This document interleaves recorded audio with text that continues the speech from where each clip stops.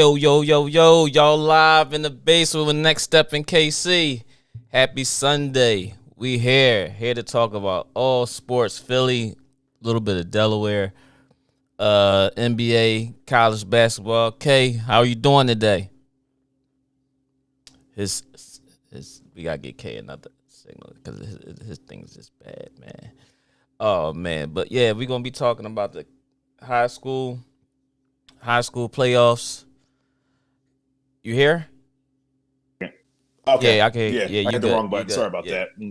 that. No doubt. Me and buttons and guys that wear glasses. So Yeah, I understand. Clippers fans. We're gonna be talking solid. high school hoops, college hoops, of course, and NBA hoops, as we do every week, all week long. This is what we do. This is what we here to do. Bring some attention to all the kids that's available, that's out here playing the game. You know, big or small. We're gonna be talking some a lot of local things that happened in this past weekend as well. And we also gonna have a special guest on here in a matter of time. Waiting for him to jump in, but it's a good look for my brother. Hey, he here already. He jumped in already. Let's get him on here. Let's get him on right away. We gonna get him right here. There he is. The What up, champion Coach? himself, Coach Dave Hargrove, MOTEP Charter Girls Basketball. My brother from another, man. So happy for you to join us today. Congratulations on y'all championship yesterday. For all the young ladies, Coach Mike, Coach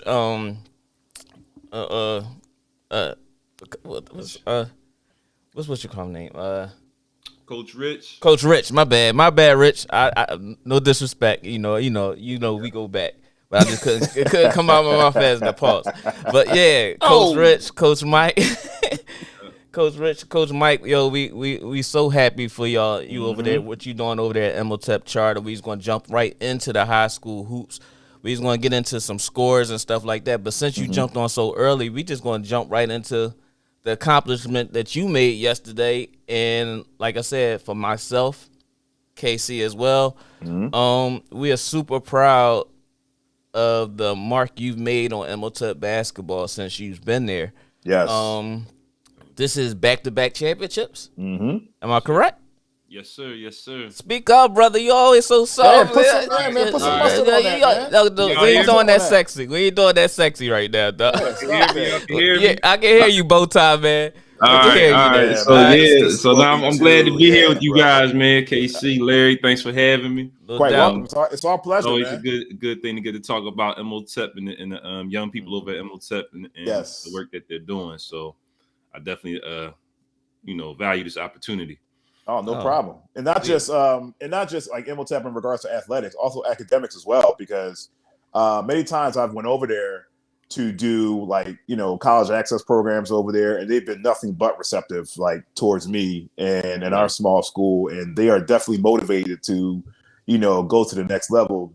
Basically, a lot of those kids there are super motivated to break those generational curses and stuff like that that's going on with the stigma of Philadelphia and African American men and young women too. So man, I definitely appreciate you with that too, because you're just like Larry said, you're definitely putting your mark on not just MOTEP itself, but just the entire city of Philadelphia, because you're definitely a shining example. No, thank you. I definitely like to say that's the part that gets overshadowed, because I think MOTEP, and I'll shout MOTEP out for this, because they are a school that found that does understand the value of athletics in a young person's life, and we do make that connection to the academic side as well. So just in the existence of the school being around for 20 plus years, we recently got a 5-year charter renewal. So congratulations. Everything is right. All right. On the right congratulations track with that.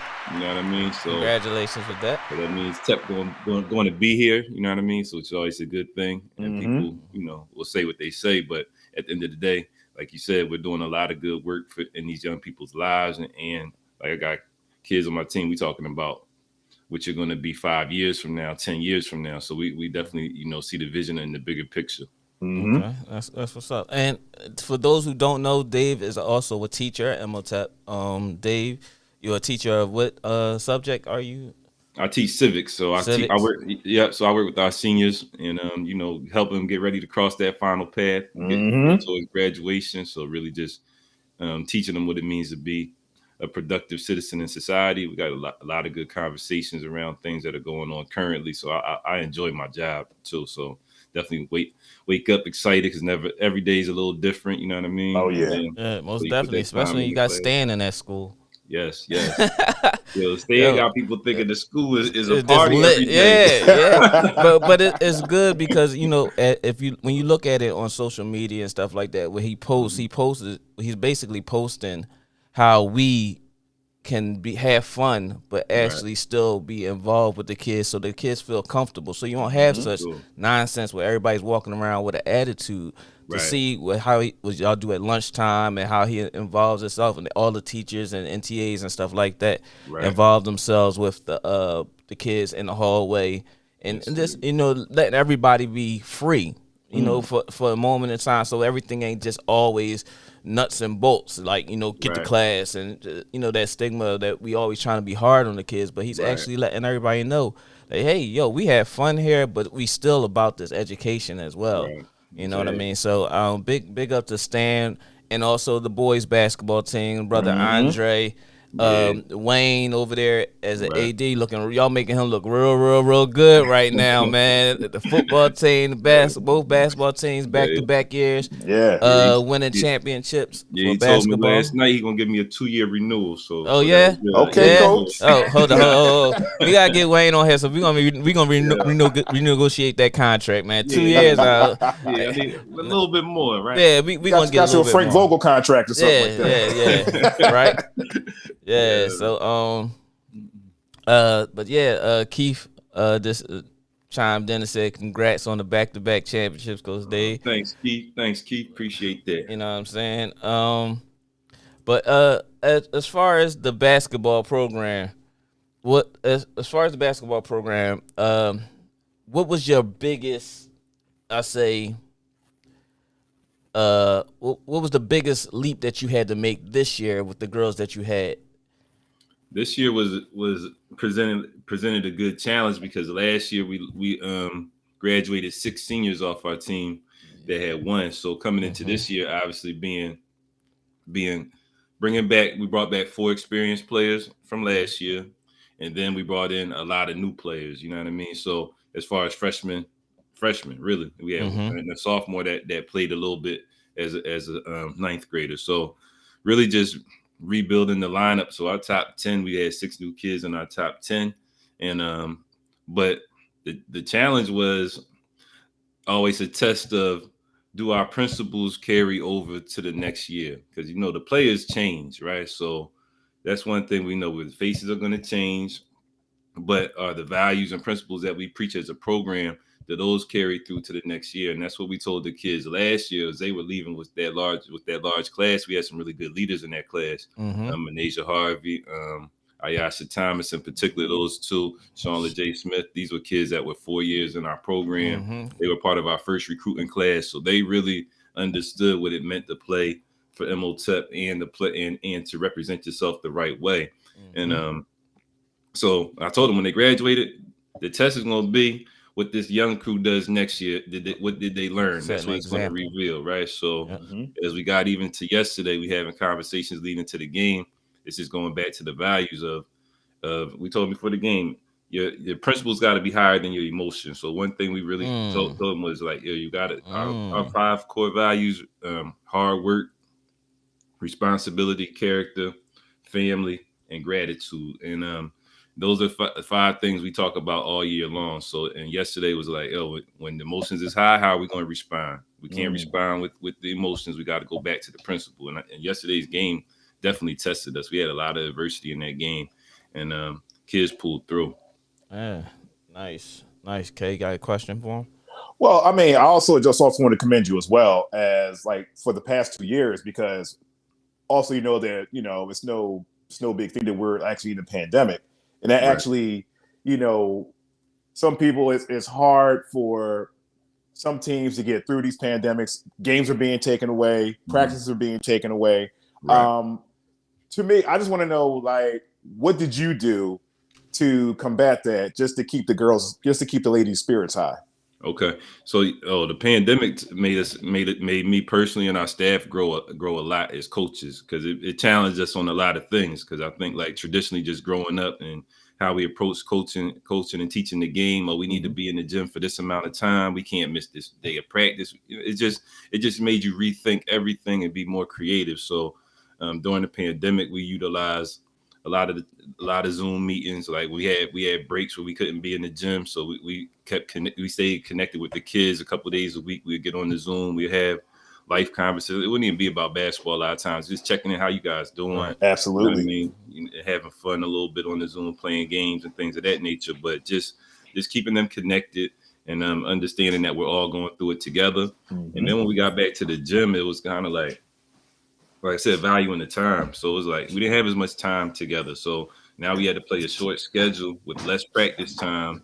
How you gonna make that work? And I can say, like, just it kind of came over to, like, Larry's been in that world a lot. Of the AAU approach to coaching is that you practicing 2 days a week, and you gotta play, and that practice might be 2 hours, hour and a half. So you got to make the most of your time. So I can say, like, my coaching experience in that world definitely showed up during the pandemic and helped me, like, readjust our approaches during the pandemic and get through those times. And then even this year, like, because everybody said, we got to go back to normal, but then it's like it's still a pandemic out here. But to me, it's not going back to normal. It's adapt and adjust. You know what I mean? Right. You got to respond, be better. react. Right. You got to be better than whatever was going on before. Don't come back and try to be the same. So, and this year was just more of a kind of continued a lot of those same approaches, to be honest. Like, one thing we did differently was, like, we kept practices 90 minutes. We're not going 2 hours, 2.5 hours. We 90 minutes on the court, and then we getting the kids in and out of there and valuing their time, which is one thing that they, as a team, they wanted us to do better. Like, we don't want to be at the school till 7 o'clock at night. You know what I mean? Right. So we had to make those adjustments and trust that we'll be better in our time on the court. So we gotta be better prepared as coaches, right? Make better use of that time. Make sure those kids are still getting those skills that they need, but yet being able to have an experience as a young person as well. They gotta take care of their schoolwork, get home to it at a decent time, and be productive that way too. So this year's been great. An hour and a half practices. It's been good for me. I ain't complaining. I know you're not complaining. I know that. Get in and out, boy. Because I know those days when we was in the gym, boy. We used to be like, it's dark. It's midnight black out here. So I dig it. And I understand that totally with you, bro. So tell the people, how long have you been at MOTEP? So I just finished in the midst of my 6th season. So came in 6 years ago, got a call about the position being open. It wasn't expected to be open, but unexpectedly came open late, like October, November type, around November. And the season's obviously about to start. So walking into that situation was, one being, I think, just like it was meant to be. I'll say that, because a lot of people even, supported me. Eric Worley, brother Andre, yes, sir. Raheem. So we got a lot of people in the city that were supportive of me getting that position before I even, like, actively pursued the position. You know what I mean? Right. So taking that as a sign, let's go for it. Then I was able to put together a staff quickly. I was supposed to be on that staff, but I was at another school at the time. Yeah. I know Larry was. It was definitely tough. I was like, Larry gonna get in, and Larry was moving with the boys. It was just kind of crazy, but it worked out. Like, Rich was able to get on right away, no hesitation. Mike got on right away, so they've been there the whole time. And then over the years, we've had, Frank Adams has became a part of our staff. He's a HP Warriors guy also, and then Coach Tanya Diggs came on 2 years ago. So we've been able to keep a solid core of coaches this whole time. The first year wasn't easy because we had to adjust. Kids had to adjust to us. We started out that first year. We finished the year, I believe, with 7 players on the team. Yeah. So then it went into. Had the situation with the schooling and everything like that. So I remember crazy. That. So and that was from a year before when they had 20 some kids in the program. So it was like I didn't take it personal though. It's just kind of like, all right, we gotta rebuild it the way it needs to be built, the way that we wanted to build it. So and that's what we were able to do over the years, just slowly kids coming in, and now it's at a point where I feel like we got to continue that same, keep that same approach, that same hunger. We can't assume like, just because we had success, it's going to continue to be successful. Right. We got to we got to stay hungry. We got to keep grinding. We got to keep working and keep the kids at the forefront. I think that's the main thing. It's always about the kids. For sure. And a big shout out to our other brethren, Coach Millwood, who you had to come bad against yesterday. So big shout out to Brother Millwood. Definitely shout out to Master Millwood. He like Ace and Willie. Ace Millwood. They getting over there. They just kind of, it's good for them to be in the city because it's like, it gives us kids another solid option of like, I don't have to go to private school, Catholic school to get a great experience all the way around. So right. A big shout out to Millwood and what they're doing over at Master. I know they're always going to be in the mix. They're going to be right there, competitive every year because that's the type of guy he is. For sure. Yeah. And our other brother, Coach Messiah, he's over in the Catholic League at West Catholic. Just got the job this year. So big shout out to him. He's in the process also as well because he got there a little late. That's gonna be a good story to keep an eye on because he's gonna work hard. He's gonna get that thing right back where it needs to be. So. And I also see like a lot of interleague matchups too. I see a lot of interleague matchups happening with you guys now that you guys are in a position to actually schedule games, tournaments, things of that sort for like maybe the holidays or maybe after the school year is over, you guys still stay together. I definitely see. Hopefully, I definitely want to see like a lot of like more interleague, like Catholic League, public league interact. Just all you guys just come in one big old tournament without anybody, getting upset about the different style. You remember that used to be the stigma, back in the days, Larry. Coach Dave, too as well. Like, well, Catholic League doesn't want to play against like the public league.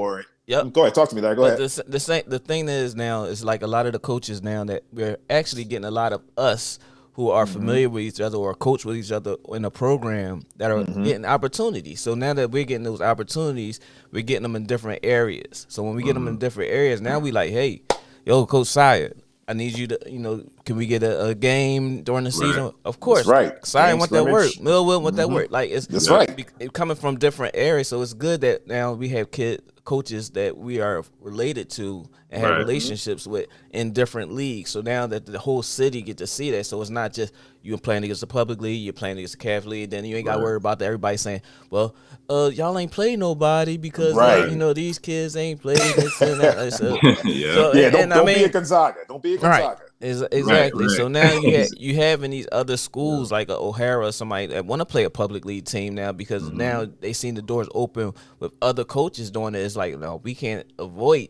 doing the same thing. At least one game against a good public school team, not the little, the teams that's building, but a team that's actually pretty good as an MOTEP is. But most definitely. And Kyle, Black Psychologist Podcast, is congrats on winning the championship.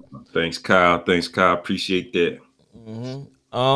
Now, in the 6 years that you've been there, how many chips is this right now?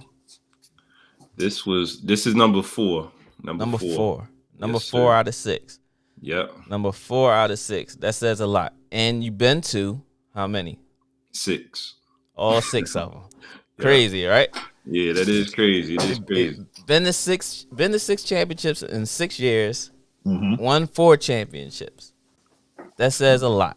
That says a lot of the coach and the kids and your staff. And the legacy of the program. Most definitely. Yeah. And it's kids wanting to build with you, understanding where you're coming from. Because I know personally with you that Dave is not going to raise his voice probably as loud as he's talking right now is how he's going to talk. If Dave raises his voice, you might as well just get out the way. Like when I say literally, Dave is not a guy that raises his voice. So when you have a bunch of kids that never played with each other, maybe 2 or 3 because they ran in the PTT program in which we was coaching at, you may have a couple kids there, but then you have a lot of but new inner kids Right. and the kids that understand where he's coming from, trying to teach the other kids, and then him also trying to teach the other kids, but then still having to be hard on the kids that he's already had his hands on. That Right. could be a kind of an issue. So, Yeah. with that being said, what kind of what was your hands on the kids besides your seniors Right. that you had this year? What was their development with those new kids? Because I see there's a lot of grooming Yeah. to be done with your underclassmen. Right. Yeah, a lot, a So, lot. So yeah, shout out to underclassmen. We got a great class. We got Jamie Johnson, we got Sanaya Parker, mm-hmm, Tori Evans. Those three really contributed a lot this year. And as they come into the program, it's really just about them learning. You know what I mean? We got Anise Geiger also. I don't want to forget Anise.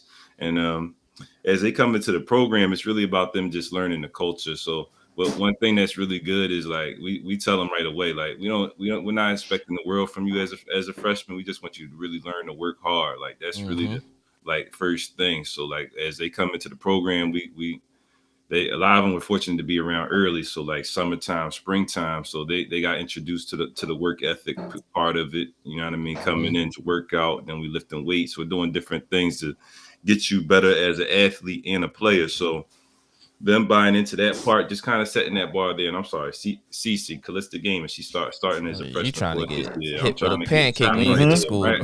Yo, Cece, right? So Hey, you know what'll happen? yo, I'm You be right forgetting, on right? Instagram, stand and Yo, have it right there. yeah. That's what happened. I'm forgetting, but no, but CC Callista Gamer, she started for us as a freshman. She comes to mind right away because she bought in from the beginning. Like there wasn't no pulling no teeth with that. Like I'm gonna come in. Oh, coach said do this. Coach said do that. She don't complain. She don't talk back. She don't make no faces. All right, that's what coach said. That's what I'm gonna do. And I think the other ones kind of started to follow that example, that lead that she set. Right. So Mm-hmm. as they just get to that part of it, then it becomes easier for the older ones to start, building that trust with them. You know what I mean? Right. So that becomes a connection, and then in practice, we gotta put them in situations where they have to trust each other. You know what I mean? I think Mm-hmm. that's one thing we're good at is creating competitive environments in which they have to depend on each other. Like, so we'll play the small games, the stuff you can Mm-hmm. do, just like, yo, we're playing 3-on-3, but you get 2 dribbles, or you Mm-hmm. know what I mean, or things like that just limit the game, and they're gonna force you to be a teammate. You know what I mean? Mm-hmm. So we do a lot of that stuff in practice, a lot of game action, whether it be small games or even up to 5-on-5, but where they learn to play. Like even leading into our championship game Thursday, we went at it hard in practice. Like, and that's one thing I think that makes our team a little different. We can go on the 5-on-5 scrimmage and have very competitive Come ahead of the games, atmosphere, yeah, because you and have a the lot of kids teams that can't allow. recreate Right. that. Right. So that's Right. what that's a big way as far as the basketball piece, getting those kids to feel valued and part of the program. And then it's just the harder part, is the off court, because they got to adjust to high school. So, and especially with this pandemic going on, those kids Mm-hmm. have been out of school for 2 years. Now they're back in the building, and Mm-hmm. they are a focal point. They're on the Yeah. team, this and that, so they're getting attention that they're not used to getting. So, just Right. really trying to keep them focused academically, and being accountable, and quality young people. Be where you're supposed to be. Turn your work in on time. Be respectful to the adults that surround you, that care about you. Mm-hmm. So just really, really trying to get those kids to understand the environment of the school. So, and that always comes with hiccups. You know what I mean? Always Right. comes with hiccups. So we always got to be supportive of that. We got to keep that line of communication with them and the parents very tight. So there's no wiggle room for those kids to fall off track, even though they, you know what I mean, which is Right. always a challenge. But Mm-hmm. we're able, like with our staff, to do a good job of that, of just like really keeping that circle, had that circle of support around the Support. kids. You know what I Yep. mean? Mm-hmm. Yep. Yep. Yeah. And y'all create that environment very well. Like I said, Stan does a great job of letting everybody know what's going on in Imhotep. Right. Stan does a great job of doing that. Yes, you do. You mentioned your seniors. What? Yes. Who's your seniors this year? You have So, 3, I believe, right? yes. Yep. So we got Michaela Carter, 6'4". She's in the middle. She's embracing being in the middle. Like that was Mm-hmm. something when she first came in. Yeah, she She was a came as a little. 10th grader. She was a little She timid was a little about timid. being, Yeah. but now it's like she embraces that and she takes pride in that. I'm gonna keep my hands high. I'm gonna challenge shots. I'm gonna go for rebounds. I'm gonna get Be a putbacks. little I'm gonna finish in physical. the paint. Yep. So she's starting to really embrace that, and I think that's she's gonna be a big part in how far we take this thing in states. Right. Our next senior is Tanaya Finney. She came as a 10th grader. Tanaya was a young triple threat kid Yes, that she was. we didn't get her coming out of middle school. She went to Ryan as a Ryan, freshman, yeah. but then she bounced back to us as a sophomore, and she's really matured and grown a lot. She's our point guard, number 3. She runs the show. But she's balanced, like so she can keep people involved. Yet you can't sleep on her because she'll put the ball in the hole. Yes, she will. So she's like she's the leader of the team, and kids really they feed off of her. She's learning in that role, and we support her. Like so when she's right, and she's a tough leader. She's North Philly, so she ain't gonna say it to you soft, but she's gonna challenge gonna kids get to it. be better. You She'll know what I give it to mean? you real. She'll tell the Yeah. truth. Hold Yeah. no punches. And we respect that. And if she goes a little too far with it, we'll pull her back. You know what I mean? But we definitely love her a lot, support her leadership. And yesterday she got knocked out the game. 3. Yeah, she got hit in the mouth or something, right? Yep, in that third quarter. Yeah. And she had hit some big shots She had right before that. 3 straight threes. Yeah. So it was like, we about to be rolling. And then she got knocked out the game, and it's like, all right, what we about to do? But kids really stepped up. And then our third senior is Janai Smith. She's our most talented player. Janai is special. She is. Lefty too, right? Is she lefty? No, right-handed. She's right-handed, but she drives left a lot. And I love that. Yeah. That's what made me think she was a lefty. I was ambidextrous. That's right. The Yeah, dexterity. she finished on that left side a lot, and she just like you talk. I'll just say she's gifted. You know what I mean? Because she won the genetic lottery in a lot of ways, like to be that size as a guard, as athletic as she is, how she moves, and her scoring ability is tremendous. Like she can shoot it, she can get to the paint. She's tough to defend, and and then defensively she's just as good. So it's like on both sides of the ball, she can cause a lot of problems. So with Janai, she's been there for 4 years, and with her, she started. But the crazy thing is she ain't start playing with girls till she got to high school. So she gives you that, and she's from North too. She's from 24th and North. Got shout out the hood because shout out. Yeah, right. But she but coming to Tep just like with the raw talent. All right, now learning how to be a teammate, how to play within the system, how to find your spots. You know what I mean? So at times it gets a little frustrating for her, but she's been able to grow a lot over these 4 years, and I think like she can go as far as she wants to take it, and she just got to keep working. All right. Now your seniors, being as though they're seniors, we know what they looking like for the next level of college choices or anything like that. What are you looking at them for? Now that's a good question, Larry. So it's still like it's funny because I always feel like kids need more. They should be getting more attention and offers than what they really get. You know what I mean? Because I feel like the kids, because I see them every day, and I know a college coach don't see them every day, so I know the difference. But I know that they can all help college programs at different levels. Like I feel like Tanai is definitely a solid Division II level player, and can be successful at that level. I feel like Michaela's in that same ballpark because Michaela's, she started late, but both of them two at the right level. You're talking. I always see big picture when they're 2 years from now, when they're sophomores or going into their junior year of college, like they're going to be really, really good. You know what I mean? They keep that work ethic, and I think Janai, she's definitely a mid-major level talent on the Division I level, and we just trying to help her get an opportunity. You know what I mean? So she has gotten some interest, but she has some work to do on her end. So it's kind of one of those things. It's going to be late, I think, in the spring when we figure it out. But all three of them, I feel like, are going to land at a decent level where they can be productive.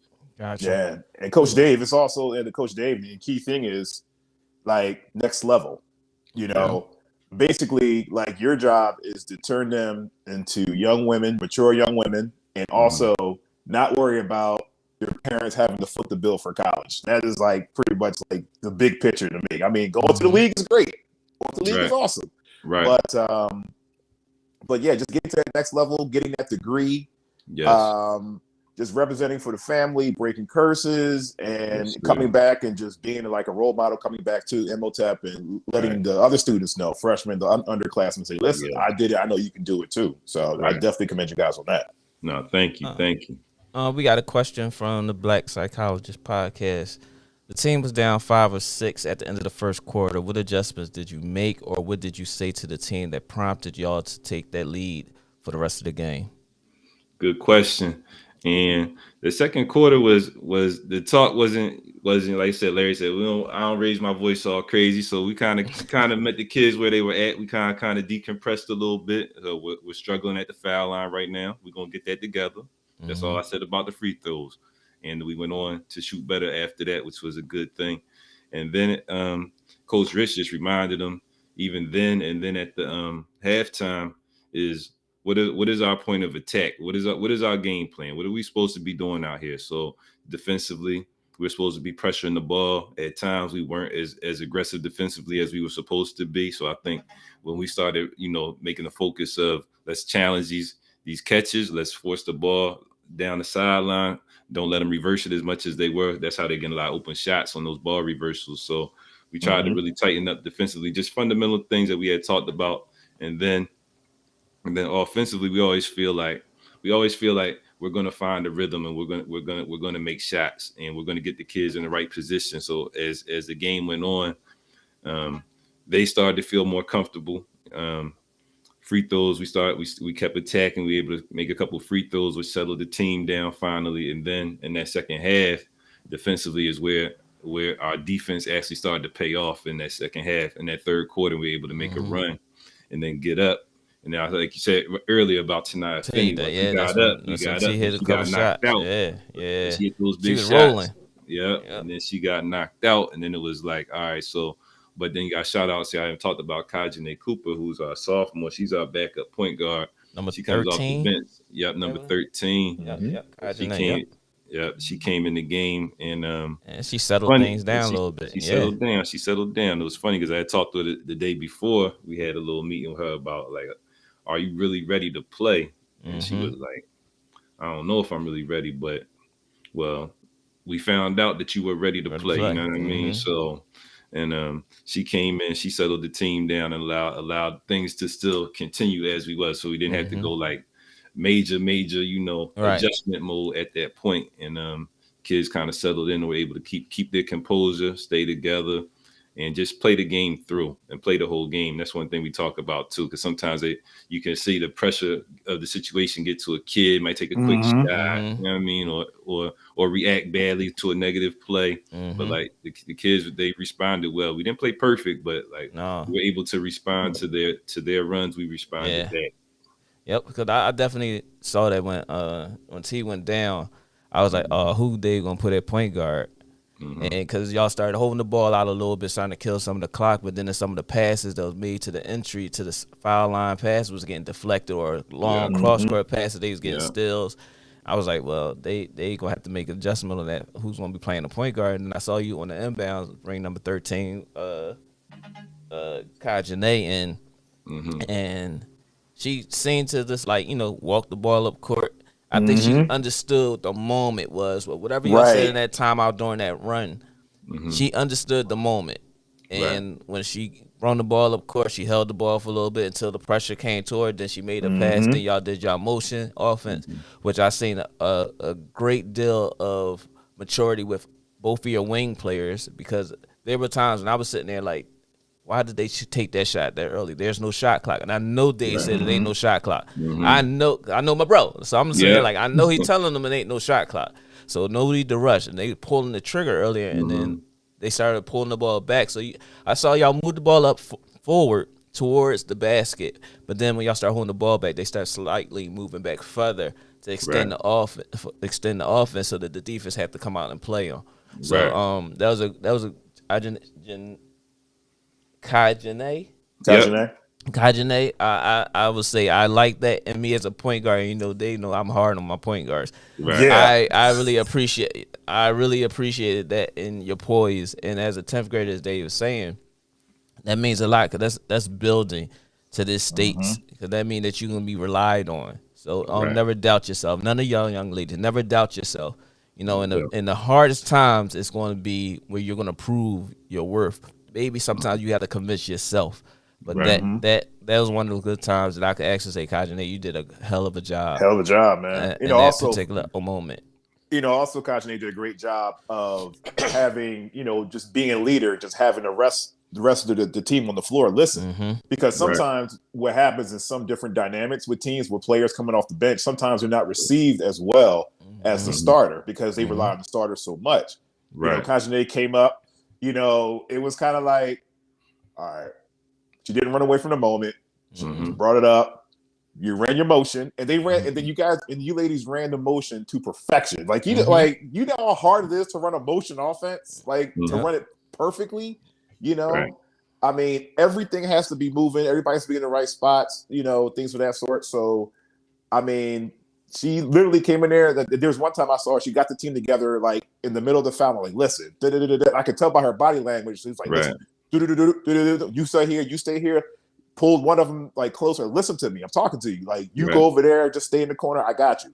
And then everything else like worked out. And like I said, like Larry being a point guard, I'm not a point guard. I'm more of like a lunch pail guy. But I mean, I've always been jealous very of valuable. Don't devalue the lunch pail work. We love that. Never. I got a reliable 15 to 17 footer. Foul line extended. I do what I do. I just try to stay relevant here. But okay. Oh, my time is off now. Okay, go ahead. Nah, you good. But yeah, go ahead, Larry. No, I was gonna say the same thing that you were saying, Kay. But because it was a time when Janiyah was off the floor for quite a while. So to see that and knowing that the main scorer was off the floor, and it really could have went left because Millwood and them did go on a little run. They did. And then Janiyah got back on the floor and things worked itself out. But that was a hell of a game. I want to say congratulations once again to you and the young ladies, your coaching staff, Mike, Rich, and the others that I don't know their names. I'm not that Frank and familiar. Tanya. Frank and Tanya. Yeah. So you got any shout outs that you want to give to anybody? Oh, for sure. First, I'd like to thank I always start with the parents because the parents, they entrust their children, to come to MOTEP and be under our guidance and we're not always, it doesn't always go smoothly all the time. So we got to have sometimes a tough conversation or two, but with our group of parents have always been supportive, like no matter what. If the kid hasn't been doing what they're supposed to do, all right, we hold them accountable on this. They got to, what they got to do. Okay. And parents have been backing that 100%. So that's the first thing. Shout out to our school community, student section, staff, all the supporters of MOTEP that came out yesterday and packed that Leah Center.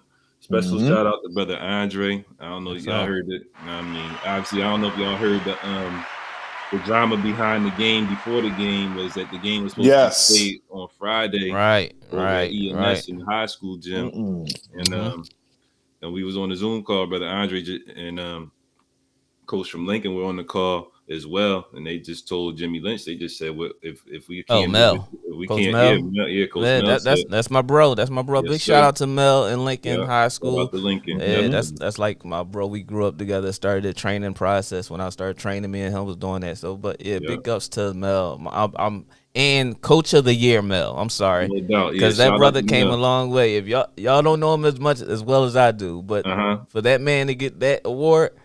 And to see what he's doing at Lincoln High School since he's been there, him and his brothers. But congratulations to them. But go ahead, you can finish. Now I was just gonna say on that story real quick that they made a stance on the call that they were gonna boycott the game if the venue wasn't changed to a site that was equitable for the kids in the public league. You know what I mean? And funny, I just text Brother Andre. Obviously, we on board. You know what I mean? Kids didn't want to hear that, but But sometimes it's like one thing. It's what our school stands on, so that's part of our mission. So we have to live it at times. You know what I mean? So, and the good thing was, I'm sitting down having a conversation with my team it was after school, so it was about 3:45, 4 o'clock, and the Zoom call was about 12:30, around 12:30. So in between that short time, public league officials are scrambling to get a venue. And we're sitting back waiting to see what's going to happen. So, and the kids in school had heard somehow, so they talking about it. Oh, we're not playing tomorrow or whatever. And I'm like, we about to see. So we sat down to talk about it. And as in the midst of the conversation, we about to get into it. Brother Andre comes into the gym and he's like, "We got a temple on Saturday. Clap it up." Just that fast. Just that got the Just that fast because we standing for something. And big shout out to Del Greco because I saw him post it and he was blasting them. And one of those posts was like, we can make this change in a matter of hours or a few days. Right. And y'all had all the opportunity up until this day to have this venue, or you know what I mean? Right. But y'all didn't seek that for the publicly school kids. Right. But you put them back against the wall, and now all this has changed. So big shout out to Del Greco, who's somebody that I had a personal relationship with him working. And what he does for these kids is exceptional, and I applaud him for everything he does. He's one of the people that, with me starting this podcast along with Kay, that was like, I took some of the information of how he does his things and planning in what we trying to do here. So I'm just trying to build and create venues and opportunities for everybody, such as my bro here, Dave Hargrove, Imhotep. Dave, are you done with your shout-outs? Am I done with the shout outs? Don't get hurt. I don't want you to get hurt. Make sure you shout. Matter of fact, I'm gonna help you out, Dave. Go ahead. I'm gonna help you out. I want to give a big shout out to all the young ladies for the Imhotep 2022 Young Ladies Varsity Basketball Team. Janiyah Smith, Khalees Gaiman. Excuse me if I say your names wrong. I'm mispronouncing. Jamie Johnson. Tanaya Finney. Tanaya, I'll be in contact with you for sure. Sanaya Parker, Troy Ebo, or Troy is that Troy? Ebo. Troy? It looked like an L in this book. Tori Evans, Samaya Stevens, Anise Geiger, Kajana Cooper, Kajane. See, I knew I was gonna bang it up, and I was just giving you praises. I'm sorry, B. Makaya Sunshine Rambert Carter. Michaela Sunshine. Michaela. Oh, the eyes look like Renaya Price. Renaya Price, and Sabria Mann. Yes. That's the whole team. Am I correct? That's the whole team. I forgot Sabria Mann earlier. Oh man, so I just saved your life, yo. I just saved your life. Well, one more thing I got to shout out real quick is a special shout out to Samaya Stevens. She was named MVP of the game yesterday. Oh, congratulations! 20 points. So I congratulations. Yep. And it was funny yesterday. I remember she's like, it's crazy. 3 years ago, you saw me playing that, and she was at the Hollow. That's our spot. She was in the Hollow working out with Lou, and I just stopped in there one day because I haven't been there. That's what you got to stop by the Hollow. If you go all the time, for sure. You got to stop through. So I stopped through the Hollow one day just to check it out, show love, and she was in there as an 8th grader, and she was shooting free throws at the time, and she was missing, and she was getting upset. I'm like, well, I'm just sitting back watching, and I'm like, this little girl must really like basketball, because most kids don't get like the attitude part of the frustration of I'm really trying to play good, right? You know what exactly. I mean? So her dad was in there, so his step pop Art, shout out Art. I approached him like, "Oh, what you doing with her?" And we just kind of started the conversation. And he was on board. I'm bringing the Tep, and she came over to Tep, and she's a Tep kid all the way through. Just on the fact of how she carries herself in the classroom, she's ranked number 1 in her class. Nice student. Big shout out to Sanaya Stevens. I'd love to hear stuff like that. That's Sanaya, right? Samaya Stevens, Sanaya Stevens, big shout out to you. She's getting it done on the court and the classroom in the classroom. Yep. You the real MVP, for sure.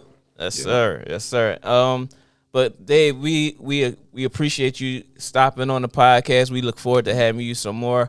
Hopefully, good luck in the States After the states, we definitely gonna have you on here to talk about what's next. I don't want to get into the AAU stuff until AAU starts. So we're gonna yeah, exactly. We're gonna we're gonna pull you up on here after the states. So good luck in the states from Mr. Next Step himself and Mr. KC Osborne K, Big K.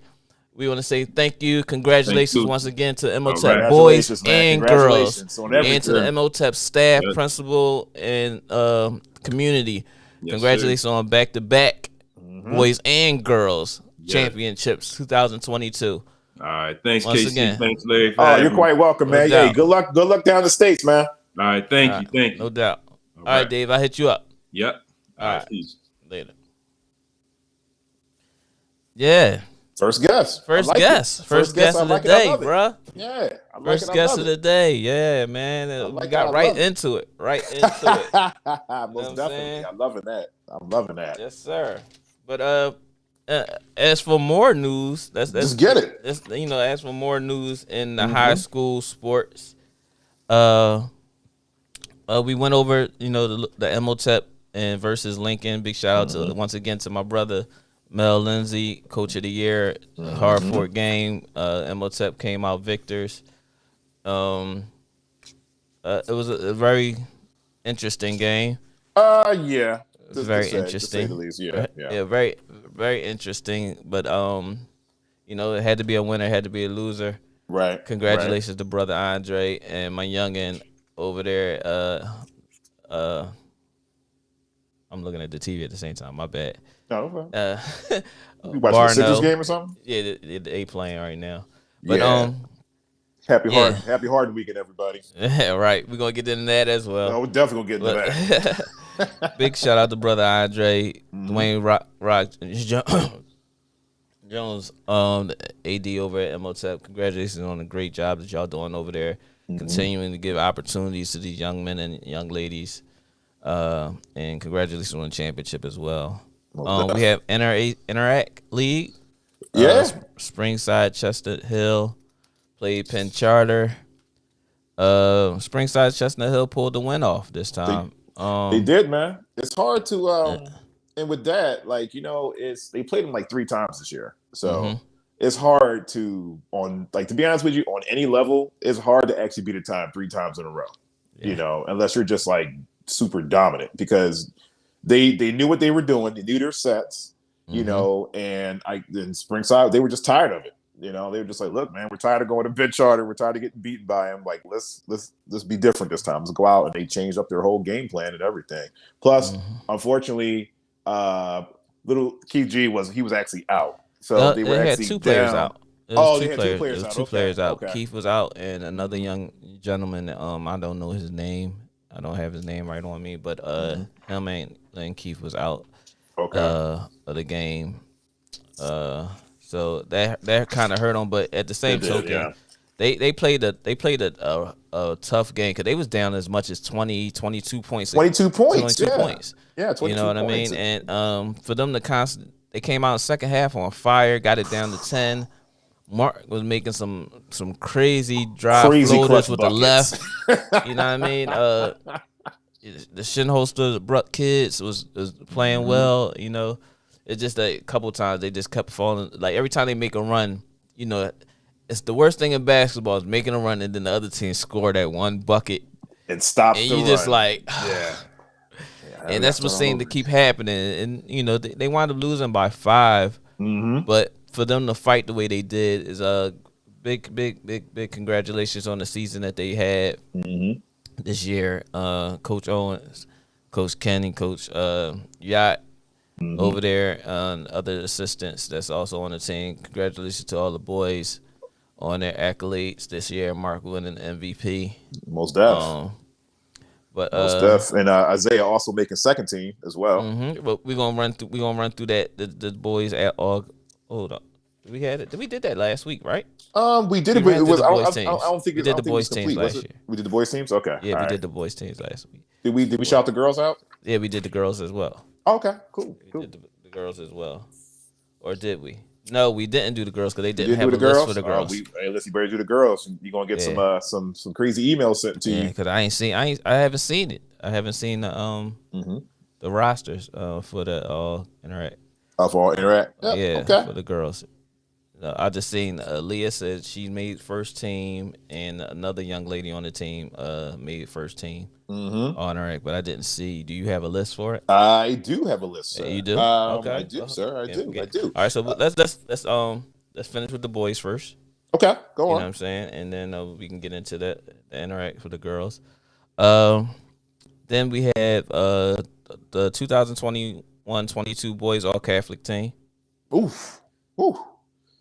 A whole bunch of prospects, yo. Mm-hmm. A whole bunch of prospects. A whole bunch of them. I'll start off with the first team. We had Daniel Skillings from Roman Catholic, Justin Moore, nephew, Archbishop Wood, Robert I know Wright, that guy. Newman Goretti, Zion, nephew, over at West Catholic. Great, tremendous year. I would say I'm super proud of him and Justin as well. But for Zion, this is a big jump for him because I always used to tell him how dominant he can be. Zion used to always be almost like a center because he's always bigger than the big kids coming up. You know what I mean? So when he was playing with me, he was a forward. But I was telling him, like, yo, you ain't going to be a forward your whole life. You got to put the ball on the ground every now and then. You know what I mean? He's always been aggressive. So, but congratulations to him. Thomas Sorber for Archbishop Ryan. Xavier X, who's like a nephew to me. Xavier Brown from Roman Catholic. Khalil Farmer. Youngin. Adam Bud Clark from West Catholic. Sam Brown from LaSalle College. Isaiah Pasha from Cardinal O'Hara. Yep. That's the first team. Now, the second team, we got Horace Simmons from LaSalle College. Shout out to LaSalle College. A couple of people who play over there, or play football and basketball for him. Shout out. Luke Boyd, Archbishop Ryan, Sultan Alawale, Newman Goretti, Lucas Orchard. I'm saying Orchard, I'm going to say from Devon Prep. Moses Hicks, Archbishop Carroll. Kasim Watson from out of West Catholic. Masood Stewart from Newman Goretti. Nix Varno from LaSalle College. Shout out LaSalle College. Carson Howard, Archbishop Wood. Whew, man, these Archbishop Wood cats, they're all over the place, man. Like, shout out to John Huggins, man. Shout out to John Huggins over there. Doing a great job. And that's one of the original little bros out there. For sure. And Darren Williams, who rounds it out at Archbishop Bryant. Okay, and we have a third team, which is Kyle Jones from Father Judge. Is that Yves Petit? Yves Petit, I believe. Yeah, from Devon Prep. Dean Coleman Newsom from Archbishop Carroll. Bashir Laster from Archbishop Wood. And Jalil Bethia from Archbishop Wood. Then we got most valuable player. Congratulations to Daniel Skillings from Roman Catholic. That boy can fly. And the William Speedy Marks Coach of the Year is Miguel Boca. For West Catholic. Big Bulk. Yeah, bro. Congratulations, brother. Bro, I met bro some time ago at AAU. We was over in, I think we was in Kentucky or something like that. And look at you. Him and Keisha, who's over at WNBA / and overseas. They are good friends, and I met Boca over there. Then Boca wound up coming back home and coaching over at MOTEP. Then got the opportunity to lead West Catholic. So congratulations to Boca. Well deserved, brother. I see all the work that you put in from starting when you was doing the training to now, also being a head coach of your own program and being able to do things your way. So congratulations, Boca, on Catholic League. Yes, most definitely. And definitely congratulations to Daniel Skillings too, man. You played a heck of a game at down at the Palestra. And unfortunately, you didn't come away with the win. It was a great game all the way down. And both underdogs won. Yeah. Both underdogs. Shout out to Newman Goretti. And Archbishop Ryan, And Archbishop Ryan, my guy's son over there, Jalen. And he's gonna be playing against a tough Newman Goretti team. Yeah, man. Like, and both of those games went down to the wire. Like, I believe the total amount of both teams that their margin of winning is about what? What's that? 4, 6? Yep, 4 and 2 and 6 points. last time I checked. Yep. Yeah. And Archbishop Ryan played West Catholic, in the semis, and hard fought game. But Archbishop Ryan came out, 59-55. So they're going to be playing. Yeah, they're gonna be playing. What, tomorrow? What's tomorrow? Tomorrow. I think it's 28th. They said it's Tuesday or something like Tuesday? that. Somebody said. Okay. I think I'm not sure of the date because I still haven't seen nobody posted anything. But I got, and over at Newman Goretti, my youngin, I call him like a nephew as well. I coached him, close to his family. Big Bruce, he over there playing. He's a junior as well this year. And Bruce has grown so much. I'm super proud of him and his development and what he's been doing. So, definitely, if you can get a ticket, man. If you get a ticket to get out there on Tuesday. I'm trying to ride there. And I can't. Yeah, I'm gonna try deny this one. I'm gonna try my best to get down. I might try to sneak out of work early. Hopefully, this not being nobody monitored. Watching. Hopefully nobody watching at your job. Well, baby, boss, maybe you should watch. Al, shout out to Al, my manager, my project manager. So that's going to be a good one, man. And that thing's going to be filled all the way up to the top at the Palestra, man. What up, Rob? What up, Rob? The cathedral of college basketball. Did you want to go through the girls all Catholic team as well? We got to go through the girls. We better. You have the. I do, sir. I do, sir. All right, so but for the girls all Catholic, teams. Yep. You got it. 21-22 girls basketball all Catholic team. Most valuable player. Let me start it off with Rayanne Allen from Archbishop Wood. First team, Rayanne Allen, Archbishop Wood, as I said before. Maggie Dugan from Cardinal O'Hara. We got Grace O'Neill from Archbishop Carroll. Sydney Scott from Cardinal O'Hara. Majay Hayes from Newman Goretti. Gabby Casey from Maj. That's Majay. Majay. Excuse me, Majay. I'm sorry. That's Maj. Sorry, Majay. Yeah, that's I'm Majay. sorry, Majay. I so apologize. Let me repeat that again. Majay Hayes. Yes. The great Majay Hayes. The great Majay Hayes. Newman Goretti. Yes. If you please. What up, Majay? Congratulations. Gabby Casey from Lansdale Catholic. Taylor Wilson from Archbishop Carroll. Bertie McCann from Bonner and Prendy. Bree Bowen, Archbishop Wood. And Gianna Grasfully. Yeah. Grasfully from St. Hubert's. Okay, and then I got the second team is Brooke Wilson from Archbishop Carroll's. A lot of our Carroll have been here. Maggie Grant, Archbishop Carroll. Deja Evans from Archbishop Wood. Lauren Edwards from Lansdale Catholic. Molly Rulo from Cardinal O'Hara. Amina Reed from West Catholic. Olivia Bocella from Lansdale Catholic. Karen Easley from Newman Goretti. Maya Eisen from Conwell Egan. Annie Weld from Cardinal O'Hara. And Amina Fowler from West Catholic. And we have honorable mention is Hayden Johnston from Little Flower and Mackenzie Reed from Archbishop Ryan. Little Flowers in the building. Shout out to Hunter Park. There's some names on here that I'm not familiar with all the young ladies, but I know for a fact from going to see a couple games, there's some names that's been left off of this, and I'm gonna just leave it at that. I'm gonna just leave it right there. If we find a list, Larry, if you find those names, make sure we shout them out next time. Yeah, make sure we shout them out next time. They should have been on here. I'm pretty sure. I hear that. I hear that from the Catholic games I've seen, and yeah. You were just gonna leave it at that, right? It's like the boys too, because even on the all Catholic boys, like remember I was telling you about how Jalen over at Archbishop Ryan, my godson. Not to say I'm biased, but no, that's just to say if anybody understands how Archbishop Ryan rolls, he sets a tone, and that's not just because he's not scoring 100 points and 50 points.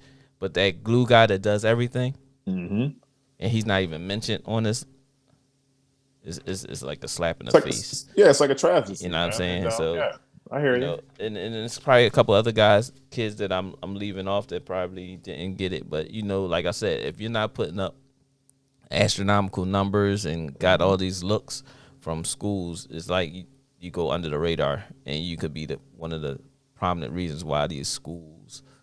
Why your team is flowing the way they're flowing. And everybody in the Catholic League will tell you that the way Jalen played this year in his senior year, is no reason why he shouldn't be on at least one of these teams. And it's 3. You can't tell me that. Especially, it's like you. I can't hear you. It's like you got to have an all defensive team or something like that, and you don't have no sound. Okay.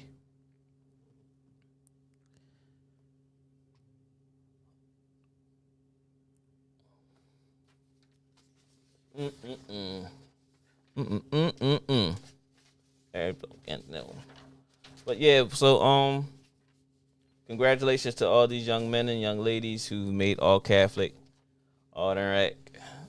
Congratulations to those who are in the championship right now. We're gonna have there we go. For the girls. The girls' championship will be. That will be on Tuesday, I believe. I think it's right before the boys. It's going to be Archbishop Carroll and Cardinal O'Hara. Cardinal O'Hara, who's they're going to battle that out with the Palestra. And Cardinal O'Hara has been there so many times, and they have a new coaching staff over there. Mm-hmm. The old coach, he retired, and but I think it's still the same assistants and stuff like that. But congratulations to them.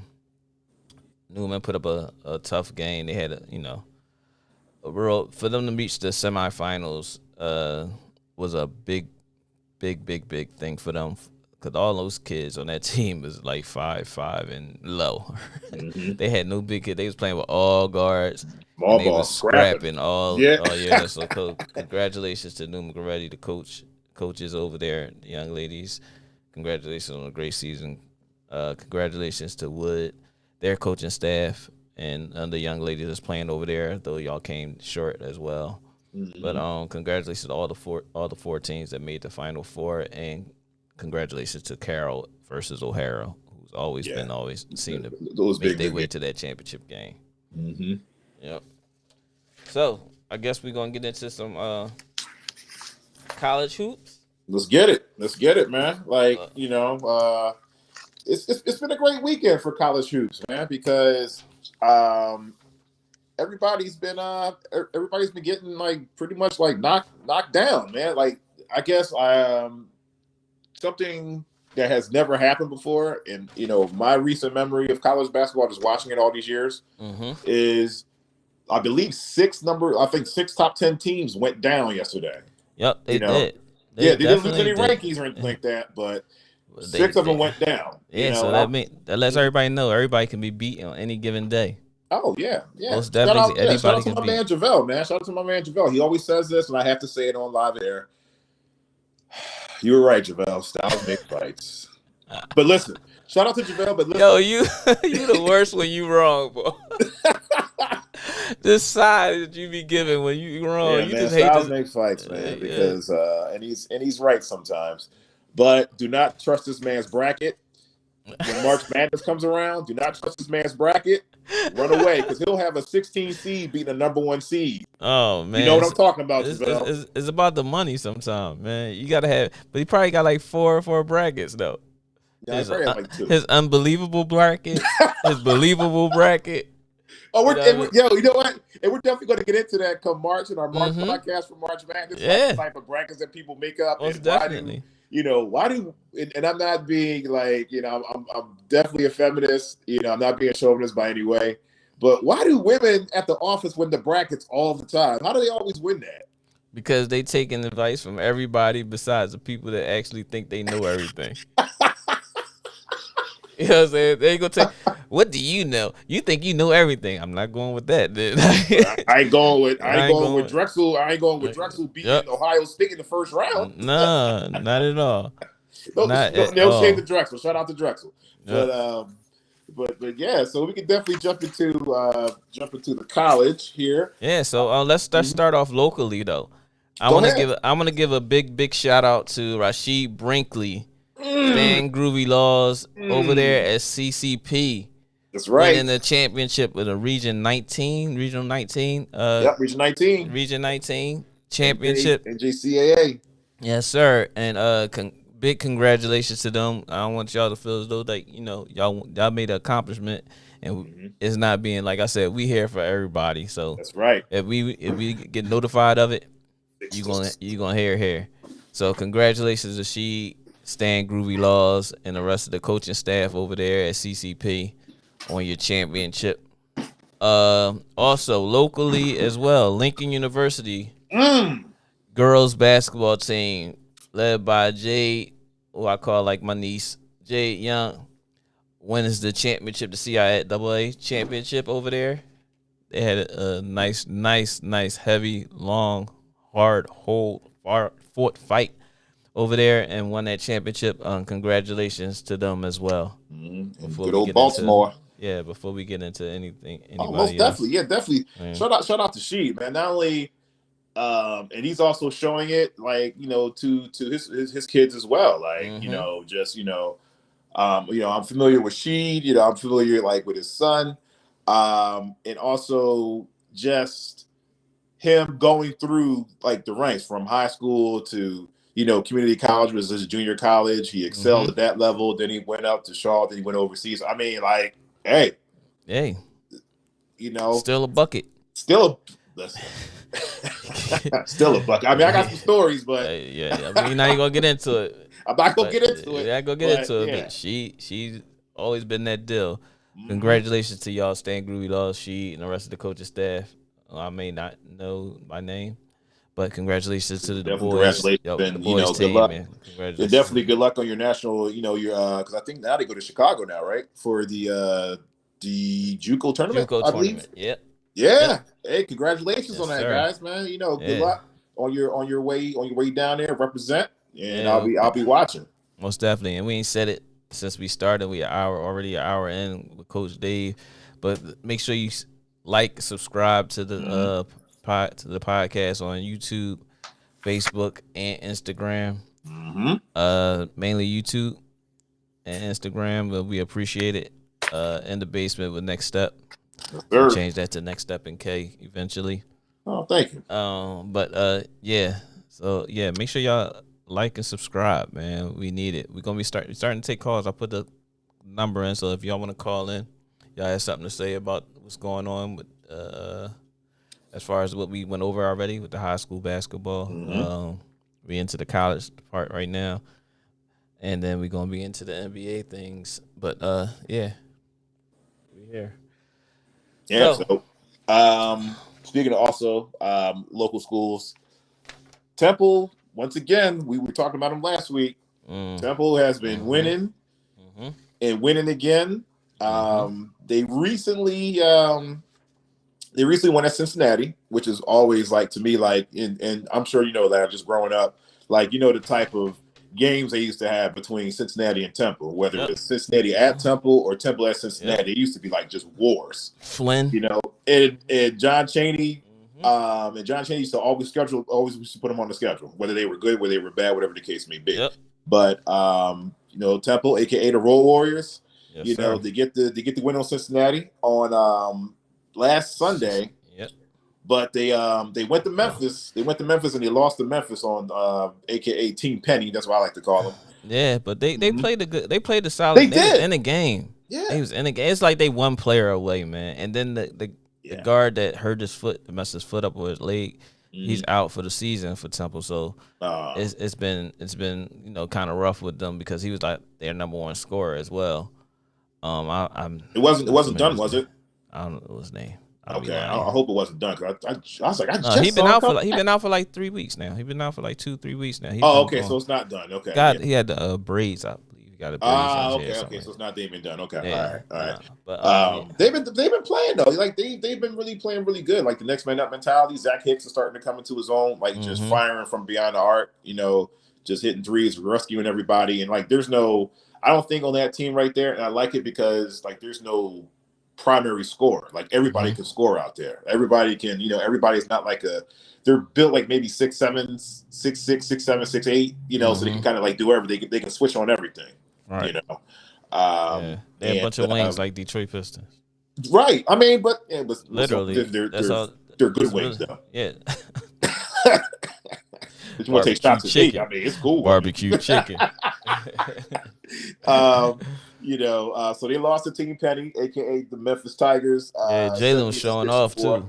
Jalen was showing off in that game. Who was? Jalen. Ah, Jalen was showing off in that game. He was putting the ball on the ground and everything. I was just like, okay, Jay, I see you. But yeah. So and other local our local talent and the youngin Isaiah Brockington had an awesome game against West Virginia and has literally rescued the Cyclones that game. 36 points, 5 rebounds, 2 steals, and 1 assist.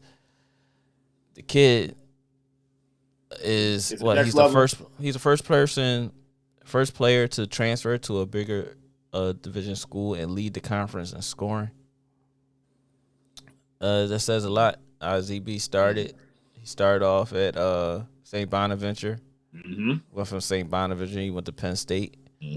Played well at Penn State, but then they had changes. So he said, I think I'm a little bit more. I think I can get a little bit more if I take my chances and bet on myself.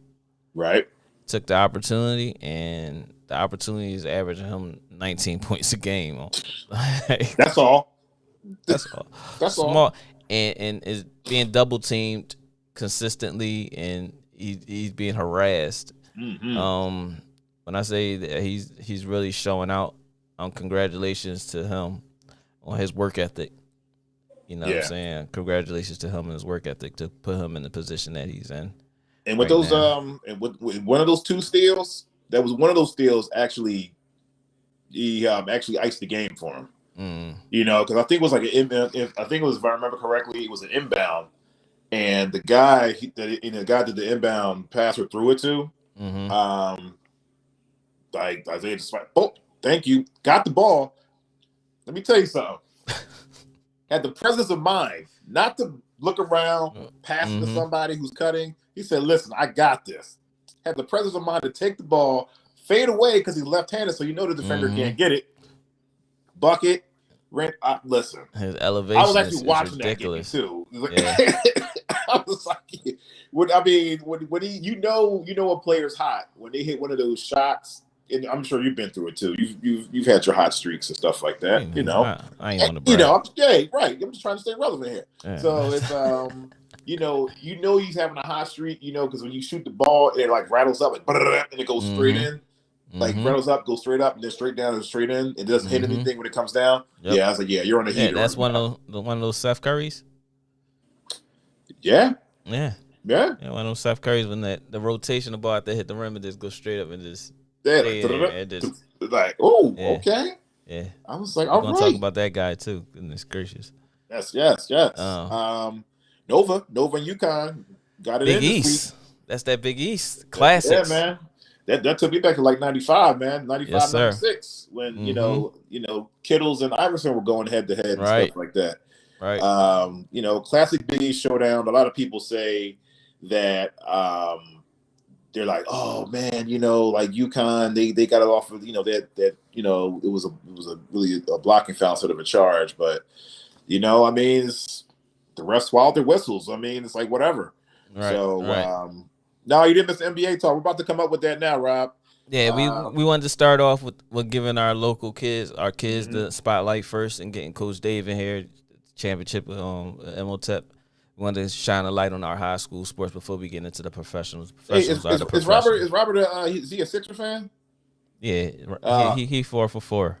Okay, happy Harden Day, man. Happy Harden weekend. Yeah, he's a 4 for 4. Happy Harden weekend, man. I might as well just say it to all the Sixers fans out there and new bandwagon jumpers. Happy Harden Day. You good. We be there probably like in the next 5 minutes or so. Yeah, it's 5 minutes. Yeah, about 5 minutes. We ain't got that much college except for when we talk about JUWAN. Yeah, we're almost done. Yeah. So but yeah, so what's that? What you about to say? What were we talking about? No, I'm just glad that that UConn's back in the Big East again. Oh yeah, most definitely. I mean, no disrespect to the American Athletic Conference, and I still want Temple to go back to the Atlantic 10, but I'm just glad they're back in there because it gives that Big East feel again. And then like the Big East tournament's coming up in like in a week or so. Yeah, and also before I forget, I'd be remiss not to mention the Juwan Howard incident, because I know we saw that, as a matter of fact, as soon as we got off the air, that game was on. I was literally watching that live, like, And you hit me like, yo, you gotta see it. I'm like, see what? Yeah. I'm like, huh? I almost wanted to be like, we gotta go back on. We gotta go back on.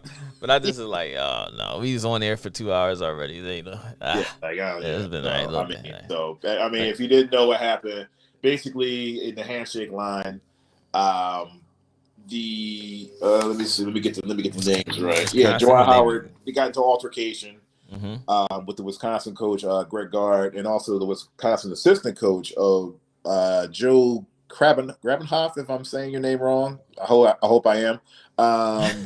In last Saturday's game, because I heard it was a lot of other stuff that led up to that too.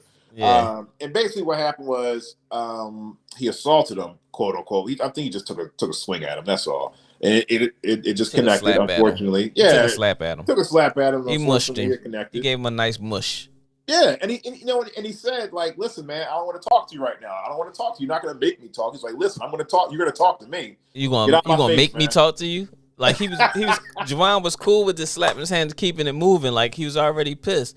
But as soon as that man put his left hand on Juwan's forearm and tried to like stop Juwan from moving, you're not gonna stop that guy. And I don't want to dissect it like that, but that's exactly what happened. And when that happened, that's when Juwan got into his shouting bag joint. But I will say it would take a lot of strength from him to have not done that then. Right. So for him to be pulled away from it, and then he got back into it, that's what's going to be the issue. Like, you were separated already. Y'all was screaming, shouting, but then you went back into the situation. So I don't know the logistics of it in between what he may have heard, or what if a coach came over there and said something to one of the players, which made him get more irate. So being as though we don't have sound, but what actually happened, and all we can go by is hearsay. I if I'm just looking at it, I'm like, why did he just go back? But it had to be something to make him go back and just put his paws on the ball. Yeah, right. You know what I'm saying? So it's either that assistant coach came over there and probably shoved one of his players. Yep. Which more than likely happened. Yeah. And Juwan just went ballistic after that. Yeah, like, you know what I mean? He's usually calm, collected guy. He's usually, from what I've seen, been really cool, laid back. You know, doesn't raise his voice and stuff like that.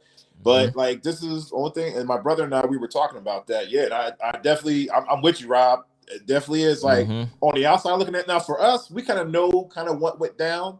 You know, but as the team, as like the Michigan brand and stuff like that, as the face of the college, like that kind of, it didn't give him a black eye, but this is like the second altercation that he's got. I'm about to say that. That's exactly what I'm about to say. This is not the first time. And you know what I mean? It's like, it's bad because it's him. It's one of us. They allowed him back into the program and to help, and he's been doing a crazy job there, and some of his antics got the best of him in two situations, like, and it's like almost like identical situations. And as an athlete, if you're gonna give ass whippings, you got to be able to take ass whippings. Even though I understand what you're saying, he's saying about he ain't had to call the timeout, but at the same token, it's just like, I mean, yeah, you have to take that one. You have to take it. Like, take that one. But if you'd have won the game, it would have been no problem. You see what I'm saying? I'm with him on that though, Larry, because it's like that's an unwritten rule though. Like, okay, the game's already decided. Like, why are you you got your scraps in the game. They're gonna make mistakes. It ain't no 15-point play that's gonna happen. That's gonna really change the dynamic of the game. So why all of a sudden you making the calling the timeout? You're trapping, you're pressing, like you're pressing our third team. Like, don't absolutely, Rob. I believe you. And my brother and I were talking about that. Shout out to the Black Psychologist podcast. We were talking about that. He doesn't have like the complexion for protection, unfortunately. And what's crazy is Bobby Knight has done worse. Oh yeah, I'm talking. You see what I'm saying? I can tell you about the stories about that. And Bobby Knight is my guy because he coached my idol Isaiah Thomas, who's been disrespected out in a lot lately. But I'm gonna just let that ride. But yeah, he's done so much more in the cast of in the view of America at basketball games, in basketball games, on announcers. Like, but he's never been really ridiculed for the things that he's done. You know, everybody would mention how his antics was bad, throwing chairs and way worse. Right, Rob? Exactly. Way the choking worse. incident, you know. I mean, like, it's so much choking, throwing chairs, cursing refs out, knocking over. Like, I've seen some highlights on Bobby Knight that you put on Sports Center. Like, yo, what are you doing? Ball is like, out of control. You remember you remember when he had the whip? Oh, he had the whip. It was a tournament game, right? And he was like, "How do you get your players like to play your way in your system?" And he freaks out this bull whip, like, whoosh, oh, and I'm like, I missed that one. I'm cool, man. Like, I'm gonna send it to you. I'm just like, I'm cool, man. Yeah, I mean, so many stories of Bob Knight, like the choking incident, but like he had a lot of power in Indiana because he brought Indiana championship, and he was like one of the only college teams that went undefeated. Undefeated, right? Exactly. So I was like, but you know, yeah. So unfortunately, like in that altercation between JUWAN Howard and Joe Krabenhoff, JUWAN was actually suspended for the regular season. Yeah, so I was like, okay, so you're not suspended for Big Ten conference tournament play. All right, that's cool. But you know what that lead to? If they suspended him for 5 games, there's a chance that they're looking at other things. So they saying, let's get him out of here for these 5, but let's look further into trying to do some more disciplinary action. And if that happens, then it's really gonna go haywire over. The African American situations. And actually, he was fined 5 games, $40,000. While which ain't nothing. Well, Wisconsin, like Greg Gard was. He was only suspended 1 game, right? No suspension. He didn't get suspended. Him, like Greg Gard or Krabenhoff. He didn't receive $10,000. He got a $10,000 fine or something like that. $10,000 fine for like sportsmanship. Yeah. So they didn't see when he put his arm on JUWAN. Yeah, they didn't see that like part. Basically held him from moving forward when JUWAN was trying to move. So everything's gonna be perpetuated that JUWAN assaulted him because he started. And then you know what? And then also too, like my brother and I, we were talking about that too, like at the post game, because you already know that they were going to talk about it. So he wasn't the least bit sorry about it. Like, no, a couple players got suspended too, Rob. And respectfully so, like, you know, you did it. It ain't like you can hide and say I didn't do it. He had no choice but you still have. But at the same token, he gonna speak. Right. Put it this way: it's not black or white, because I feel as though any man or woman should protect themselves at all times. And if you don't feel like something, your best bet is to keep walking away, right? So if I'm trying to walk away and you impede my progress of walking away, you're asking for confrontation now. Yeah. You see what I'm saying? Yeah. And when he put his hand, JUWAN gave him the right to shake, and then he put his left on JUWAN's left. Oh, my fault. JUWAN gave him the slap. They slapped hands with the left. Right. But he put his arm on JUWAN's right arm. That's the arm that was closest to him, to stop him from moving. Just basically say, "Oh, let me tell you why I did it." JUWAN wasn't trying to hear it. So you impede in my progress. I mean, I'm already ticked, and you already know I'm ticked because I'm screaming already on the sideline before the game was over. You know what I'm saying? So by you doing that, they're not going to see that. They're not looking at that. Everybody's going to look at just the mush. Right. That's why they're constant in the melee, because they're like, well, you caused it. Good, you got this one. Yeah. Shout out to the Black Psychologist Podcast. Unfortunately, what elevated the situation is that JUWAN swinging first on the coach contributed to the kids now fighting. Overall, was a huge lapse in judgment on Howard's part. Yeah, it was. I agree, but like I said, which really started it was that man stopping him on his way. Yeah, on his way. You know what I mean? He was going to keep it moving. He was already ticked. And hey, Keith, stop that though. We don't bring rest in peace, John Chaney. Coach Chaney. But that's Coach Chaney ain't in. Coach Chaney kill people. He kill people for fun. You know what I'm saying? He told child, "I'll kill you." Yeah. But you know what? Behind that's because that's the goons. Like, that's when he had the goons. Yeah, UMass. Mark Jackson and the guys. Yeah. And he told them, he was like, yo, and I think they were they were fouling Temple's players. Like they were just mixing it up. Like, and what up, what up? And they were just mixing it up. And this is when like John Calipari was rising to rising to fame at Atlantic Tech because he was in UMass, right? Yeah, at UMass. So he was like, "Listen, man," and he was talking, and like they were fouling them hard as hell. Yeah, and then also like they were fouling each other hard. So they're like, "Listen, man," and it's John Calipari was like, "Ooh." Yeah, John. He's like, "I'm not talking to you." He was like, "Hold up, champ. You gonna talk to me? Y'all gonna stop that?" And he kept saying it in the game. He keep going, and then the rest of us calling like regular fouls. And he's all right. I got my goons. I'm sending my goons at you. I'm sending my goons in there. Rob said because it wasn't aggressive from the other coach in the world's eyes. Of course, it wasn't aggressive from the other coach. Because they're not going to see that part when he actually stopped JUWAN from moving going forward. They're not going to look at that part. They're going to look at it as he just put his arm on him. They're not going to see it how we see it. You know what I'm saying? And like I said, this is man or woman. This is not racial. Right. If this was a white man and another white man did it to each other, it's the same thing. Same thing. If he impeded his progress when you already know I'm ticked, there's nothing for me to talk about, and I'm already pissed. One, I lost the game. Two, you called the timeout, and now you're going to try to stop me in the middle of what I'm trying to keep it moving. Like, I don't want to talk to you right now. I start slapping your kids' hands and whoever came before you, and then you going to try to stop me? Like, nah, we ain't doing that. Yeah, we're not doing that. Not at all. Because if the kids, I'm pretty sure JUWAN teaches them to protect each other. If one of the kids would have shoved the coach, then the kid would have been in trouble. Like, yo, why you like get your hand off of him? Like, why you keep doing?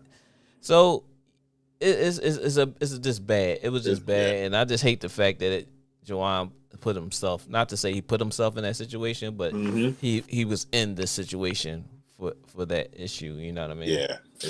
We're definitely going to keep up. We're going to definitely keep up with that because I don't think that's like the last time we're going to hear about that situation. Oh no, because when the Big Ten tournament start, they're going to start talking about it. And Phil Martelli they won the 2 games that he's coached. So they're going to make something out of that as well. Oh, of course. Shout out to Phil Martelli, shout out to Phil Martelli. You're not taking the spot, so calm down, Phil. That's going to be part of it. Now, are you finally ready to jump into this NBA stuff now? Yeah. Rob, we talking about NBA now. Friday it was on. Happy Harden Day. I'm getting Happy Harden Day. Harden Day. Shout out to the OG Tracy Johnson. She rushed me like Happy Harden Day. I'm like, excuse me. So to all my homeboys and homegirls, that are Sixers fans and new bandwagon fans that are jumping on because they're going to be coming out of nowhere. I wish you a happy Harden weekend. They're playing right now. They're looking pretty good right now. Yes. And James Harden looked pretty good in his debut. He came out 27 points, 12 assists, 8 rebounds, 7 from 10 from the floor, 5 from 7 from 3-point range. Now all of a sudden, the Sixers fans find a new target now. Instead of hating on Tobias Harris, now they're hating on Matisse Thybulle. Now tell me where all that hate is coming from because I like Matisse Thybulle. You have to find somebody to say something about. You know what I'm saying? Hold up, they was giving Tobias hell too because Tobias only had he had 9 shots and he only had 4 points the other day. All right, that happens. But you gotta think about it. He had 4 points on 9 shots. He didn't take too many shots. He had to take the shots that he was taking, but 6 of those shots were 3-point shots. He said it himself in the interview. I never had so many open looks, and I just couldn't knock down. That's all right. He'll get it. And from a perspective of a scorer that I was a point guard, but I used to get a lot of people open. And from them playing with somebody else that didn't look to pass the ball, so they get surprised by passes, opposed to being wide open for somebody and they actually getting the ball when they wide open. There's a difference. There's a big difference in playing that way because at one point you wasn't looking for the ball. You know what I'm saying? At one point because you didn't think you was going to get it, and now you're playing with somebody that's going to give it to you. And so now it's just like, oh shit, I'm wide open. I need to take this shot. So now you just kind of throwing yourself off. So Tobias already had an issue with making a good shot a bad shot because he would second guess himself on shots a lot. So even as I watch now, he's still doing it. Instead of taking the shot that's open, it's like he's hesitating about taking that shot. You know what I'm saying? And so then when the shot's falling short or he's shooting it too hard, it's because he done made the shot difficult instead of taking the first one that he got. Gotcha. Rob is asking. What y'all think about the addition of? I believe he's talking about James Harden. If I'm okay. So correctly, if you want me to go, you want to go first. I mean, I like it. I mean, I was gonna throw some comparisons out there. Different duos and stuff like that. It kind of reminds me like the way they were playing against Minnesota. And shout out to Embiid, aka whatever people call him, Big Philly, whatever they call him. Mm-hmm. 34 points, 10 rebounds, 3 assists, and a steal. I mean, that might be one of the best duos I've seen since a healthy Yao Ming and a healthy Tracy McGrady. That's what it's like pairing up to look like right about now. Yeah, you said Yao Ming and Tracy McGrady. Yeah, Yao Ming. I mean, healthy Yao Ming. I'm talking healthy Yao Ming hitting elbow jumpers. Tracy McGrady going to the basket, attacking the rim, hitting threes and stuff like that. That Tracy playoff Tracy McGrady Yao Ming. Like when they were playing against like Portland and all them and stuff like that. Yeah. I can't. Not really. Tracy wasn't a pick and roll guy. So that's what you're throwing me off. Guy? That's what you're throwing me off at because Tracy McGrady was never a pick and roll guy. He was a scorer. Probably scoring wise, yeah. Right? You see what I'm saying? If you're saying scoring wise, yeah, I understand where you're coming from. Scoring wise, yeah. But as far as like technical, like pick and roll. Technically, yeah, because when you start throwing in that James Harden passes the ball, Tracy Murray's out of there. You out of there. Like that was a bad one. I gotta give it to you. That was a bad one. That was a bad one. You can't be right all the time. No, you can't. I would say Penny. I would say Penny and Shaq. A little Penny and Shaq maybe. Shaq just couldn't shoot jump shots, but they was pick and roll. Penny could do everything off of that pick and roll. Yeah, you see what I'm saying? Yeah, that might. You know what? That might. I can see that. And only way that you would say something different about that is because Shaq couldn't pop. Yeah, you could do pick and pop. Right. So if we look at it that way, I got you. Patrick Ewing and Derek Allen Harper? Houston. You can do Allen Houston. You can do Harp. I mean, but I'm not saying putting Harper in the scoring category. Derek Harper. I'm not putting Derek Harper in the 30-point a game possibility scoring, but Harp could hit that pull up. Harp could get to the basket and he would distribute. Ewing would pop out and hit that little baseline 2-pointer, his fade away, or he would get to the basket on the roll. Okay. Yeah, I can see that. Okay. I can definitely see that. That's a good one. Thank you. You rescued me on that. No doubt. That's what point guards do, man. That's what I do. I'm saying. I think of not the obvious, but some of the inobvious things. Brad. You can go Brad Dar. You can do Brad Darley and Price? And Price. Yeah. Because you couldn't do nothing with either one of them. You know what? I like that. Yeah, you're welcome. You're welcome. But I ain't going. I'm not even gonna do that to myself. You know what I'm saying? I like that. You know why? Because James Harden is with the double team, and Mark Price was a master at that. Mm-hmm. Putting that thing. Yeah. Yep.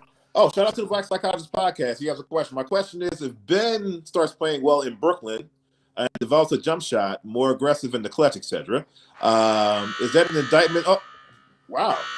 Okay. We got a gong. He said, Kyle, the part you start off okay. But when you just said develops a jump shot, it just alleviated everything that you was about to say after that, and you just kind of like striked everything at the beginning of your. So if you want to comment again, because this one wasn't it. And I literally, okay, you don't agree with me? I mean, I'm listening. He said develops a jump shot. I'm listening to your comment. You're just hilarious. No, but he said, okay, when you read it, was you reading it or you just was reading it? I mean, because you never know. Like greener pastures, he might. He's 5 years in. When is he going to develop a jump shot now? better mind space. My question is, talk to if me. Ben starts playing well in Brooklyn, I'm cool with that, right? But then when you say develops a jump shot, more aggressive in the clutch, develops a jump shot, more aggressive in the clutch. Okay. Is that an indictment on the Sixers? No. More aggressive in the clutch. He's never going to be more aggressive in the clutch because he probably won't even be in the game now in the clutch now that they got Gordon Dragic. Secondly, he's been aggressive. He's an aggressive player when he can get to the basket in transition. Out of transition, he's irrelevant. Okay. So then you go to the develops a jump shot. When is he going to develop a jump shot? Because it ain't going to happen this year. It ain't going to happen next year. The closest he's going to come to having a jump shot with some kind of a 12 or 15-footer consistently would probably be 3 years down the line. Okay. That ain't going to happen overnight. You know what I'm saying? Not even like a 15-footer? No. 17-footer? No, because he still got mental issues. That's true. So that, and then you're playing with a bunch of people where you don't have to you're not going to be really working on that. You're going to be turn, pivot, jump stop, pivot, pass. You're going to be doing that.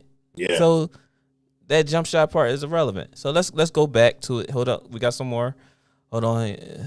Let's see what Rob said. He got to knock down those shots down. He talking about Tobias when we talking about Tobias. Oh, okay. Yeah, he definitely does. But he said it himself. So that's cool. I'm cool with Tobias even, acknowledging it. I want to stay away from the comparisons right now. Let's just work. I understand what you're saying, Rob, but there's always going to be a comparison out there no matter who the player. That's why I try not to put them in a comparison with the great, great, great players when it comes to this situation. I hate when people compare somebody to the greatest player of all time in that position and they 2-3 years in the league or whatever the case may be. So I understand that totally, but that's why I compared it in the aspect of me being a basketball enthusiast that I am. So you know already that I know a lot about the point guard position, and then I just think of a big that could do the same things that Joel Embiid does, and their comparisons, their ties together. That's why I said that. Keith said if Ben goes out there and start doing that, Sixers should sue him for that. Exactly. But see, this is my problem here with that is all of a sudden when Ben gets to New Jersey, now he's mentally ready to be on the bench when he couldn't have been on the bench of the Sixers supporting.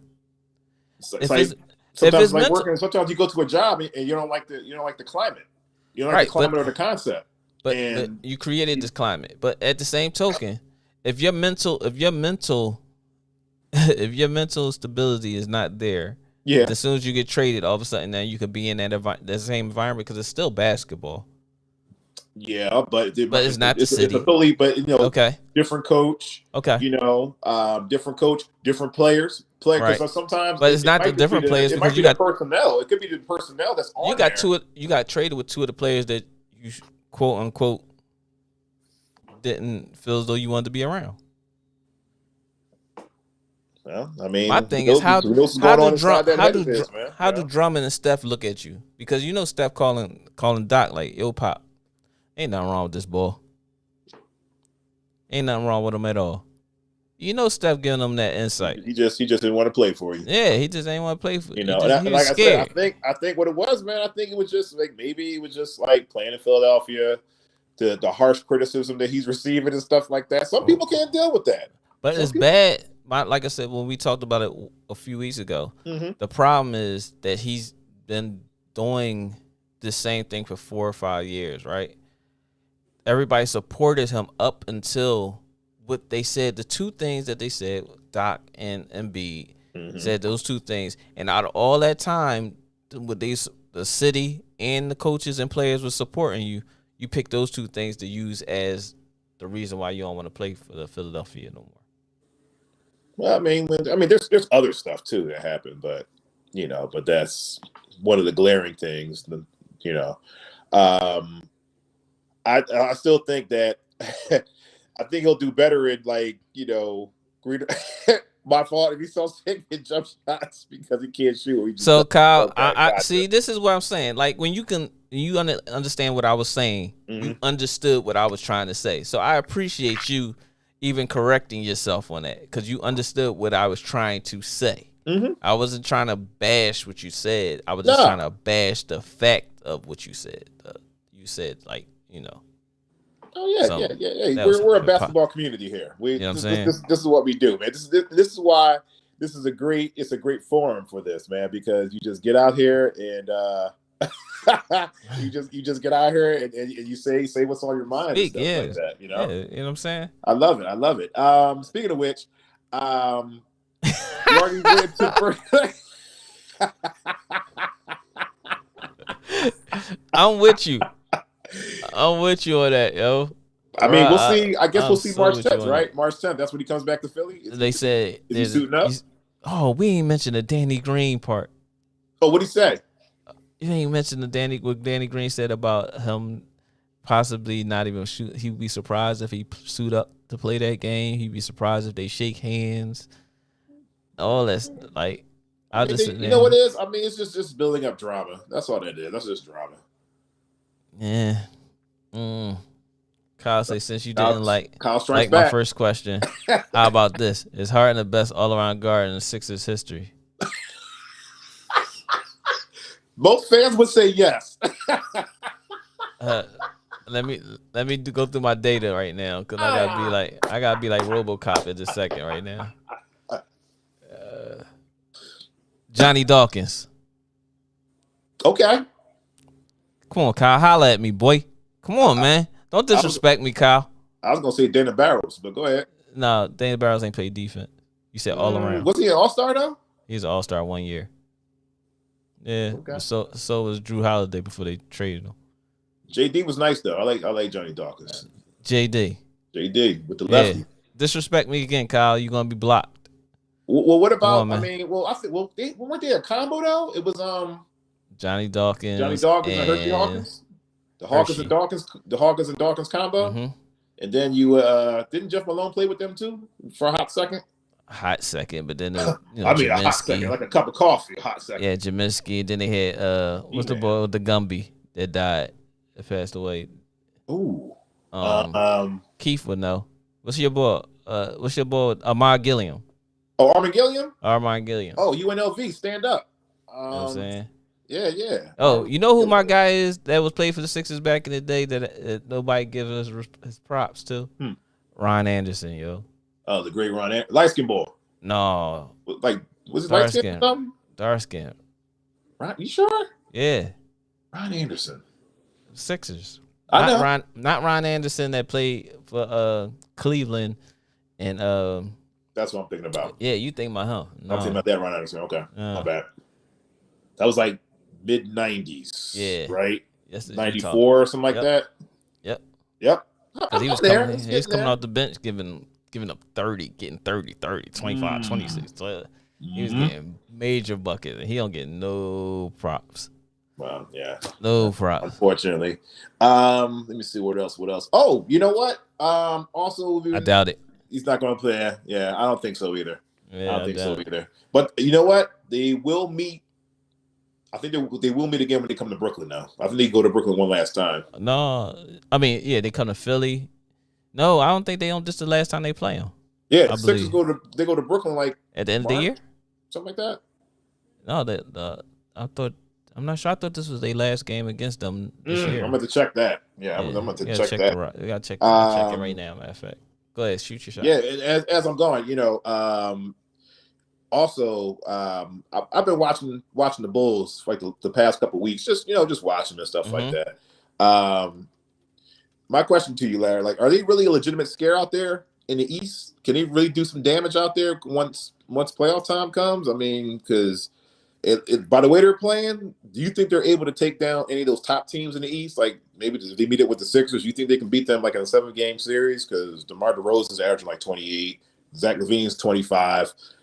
Nikola Vucevic, what nobody talks about, is averaging like 20, 19, to be exact. Kobe White's averaging 14. Embiid owns. Yeah, Vucevic. He does? Yes. Go check his stats against Vucevic his last 4 to 5 games. I mean, we don't need Vujovic. We don't need Vujovic to go out there and drop 40. We don't need you to do that. We just need you to slow him down. That's it. He can't stop Embiid. Can't stop him. Having his best games against Vucevic this year. From the last game, they was talking about it as well. And I don't see them playing Brooklyn no more the rest of this year. No? Okay. Yeah. Okay. April 10th is their last game against my wingman. Yep. Right. So, that really sucks. Yeah. He's not playing them. Yeah, Ross said those tickets are going to skyrocket. Yeah, them those could be like $800. Dawkins is good. Cheeks was just a point guard. He was a pure point guard. That's all he was. A defender, a pure point guard. Great defender. He was never a scorer. Cheeks probably averaged 8 points a game his whole career. Mm-hmm. But he was a great defender. Yeah, great defender, and he was a very good distributor. Oh, most definitely. All day. So, yeah. Shout out to number 10. Cheeks is one of my idols. Don't get it twisted. Mm-hmm. I looked at Cheeks because, like I said it before in the podcast, I look at Cheeks because I looked at other players that were more flashier than him. Mm-hmm. And the calm before the storm was learning the point guard position. So I found somebody that I could actually watch. That's why I hated the Sixers after they traded him and told them they was trading him. Yeah. And I hated Sixers after that. Did Dawkins get dimes and rebounds like Harden though? Dawkins defended. He didn't. He defends better. He defends better than Harden. Defended, and he would get some rebounds. Not to say that he would get a lot. Never. He never was the 8 to 10 rebound guy as a guard.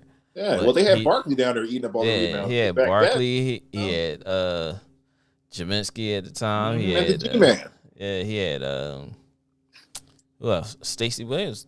Not Stacey Williams. One of the Williams brothers. Williams boys was out there for Sixers at the time.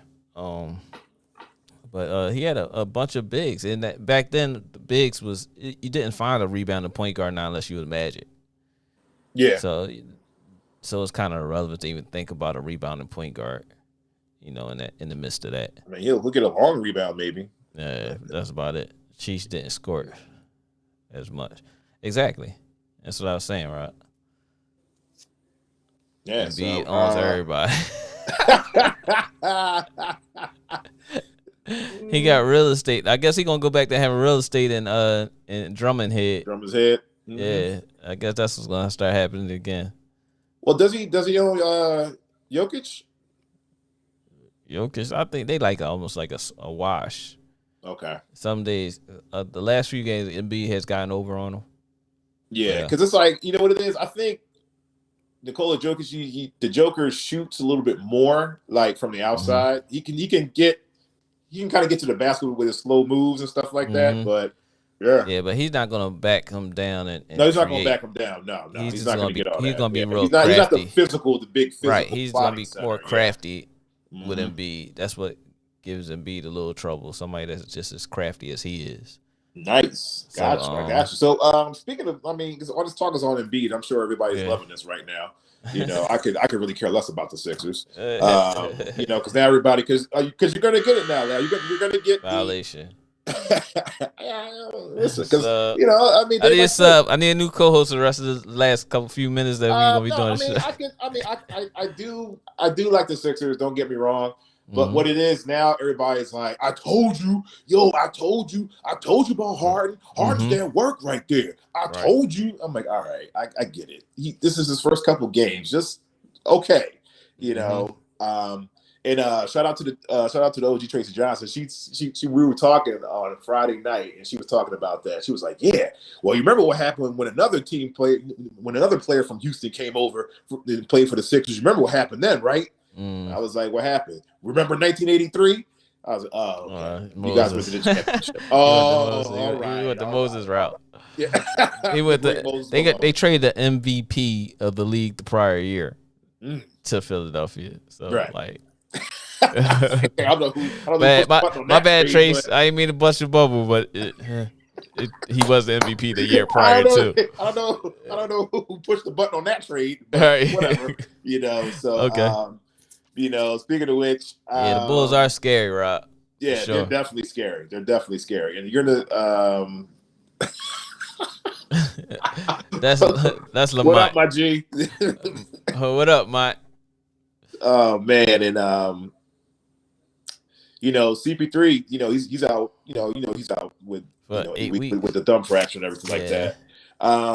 Do you think the Suns are going back to the NBA Finals with this, or they're going to get knocked out? I just love the nucleus. I just love how they play so unselfishly. Mm-hmm. You know what I mean?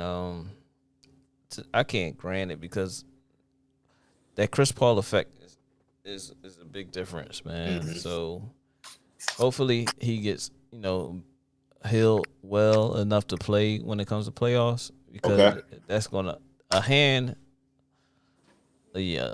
strong hand, a fracture, anything like that. That's you consistently gonna feel that. Yeah, that's major. You know what they're gonna do every time we're gonna smack it. I've been a victim of it. Smack it. We're gonna run you through screens and everything.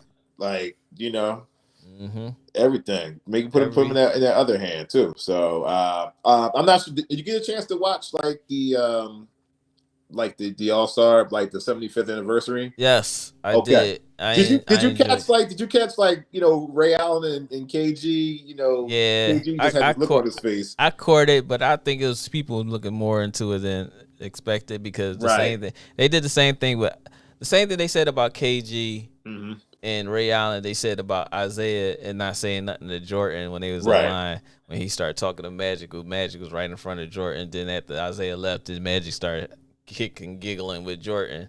So it was like, but we know for a fact that Isaiah probably will not ever say anything to Jordan, even though he's complimented and gave Jordan his praise during his time. Everybody still say he's a hater, whatever the case may be. But that's like one of those love-hate. I hate you from a distance, but I can't deny who you are. Exactly. You know what I'm saying? But being as though you always, like on The Last Dance, I would never like Isaiah. He's a top 2 player. Mike said this out. He's a top 2 point guard in the world ever. Right. But I never would like Isaiah. And I think that's just like a mutual. I wouldn't be surprised if they have one of those small conversations on the low when nobody knows, and that stays between us. Yeah. But we're going to keep this thing brewing because it's good for the basketball community. Yeah, it's good for the basketball community. You know what I'm saying? The thing we shouldn't be looking at is the fact that Scottie Pippen didn't show up. Yeah. See what I'm saying? Yeah, he put that book out now. He on the run. Mike on his ass. You know what I'm saying? Mike on his ass. Yeah, because and one thing about that, because then I saw on Instagram that, Ray Allen, Paul Pierce, and KG, they all met, like they all took pictures together. So there had to be some type of conversation that went on and stuff like that. Yeah. And go finish though. Finish what you were saying. We're gonna get to that comment. I'll put it there on purpose so I won't forget to put it out. I gotta read this one, man. I went up to the restaurant and Uptown and mentioned your name. I had to fight my way out. Well, listen. They locked the door on you? They locked the door on you, Al? Did you get your drink? Like Sonny from Bronxdale? Did you get your drink? And you made it to the podcast this week. So you did a good job. Thanks for your patronage. Uptown Cafe. Like Bartles and James. We thank you for your support. My bro James. Uptown Cafe. On Mount Airy and Stenton and Mount Airy Avenue, across the street from Rita's. Go there, get your drinks. Nice bar, nice setting. You know what I mean? Enjoy yourself. They have spades games and stuff like that going during the week. I don't know I think it was last Thursday they did it, Tuesday or Thursday. They had the spades game. But shout out to my bro James and his gang. All of them. But Uptown Cafe, go and you ever in the area, Mount Airy, West Oak Lane area. Go up there, get your drinks, cocktails, watch the games and stuff like that. Yep. There it is. Hey, look, we're crazy, down the home stretch now. I'm about to be blocked. Mine about to be blocked, man. He about to block mine. I knew someone told me that. Hey, I ain't seen mine on here, so I'm surprised. But yeah, you got it. I'm gonna get you a shirt too, dog. Tell me your size. Then we don't do youth.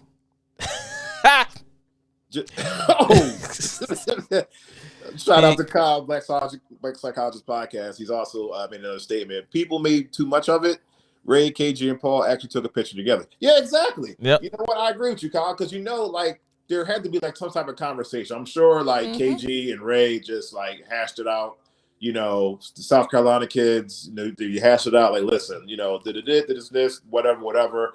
You know, I did what I had to do because of, you know, my family and stuff like that, whatever the case may be. And, you know, I'm sure KG understands, you know, it might be a sour taste in the mouth because, you know, they were building something, you know, they went to the finals a couple times. They wanted one more shot at it and you left. It's kind of like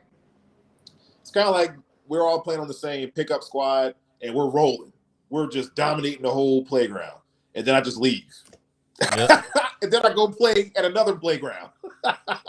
You're like, what you play over there for? Well, I want to play over there because I get the ball more, you know, whatever the case may be. So it's like, hey, so I'm glad that they, they made up and, you know, things are back to what it is.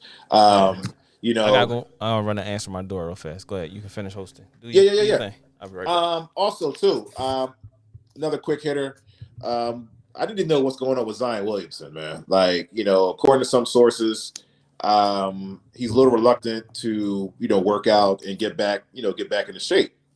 My question, and you guys can actually answer it out there, is Zion Williamson, is he headed to Greg Oden territory?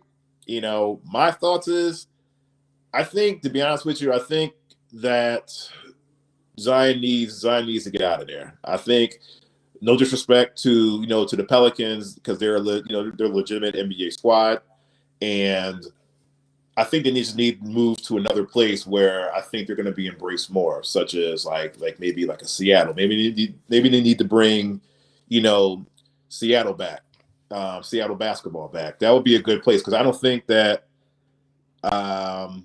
Yeah, got you, Rob.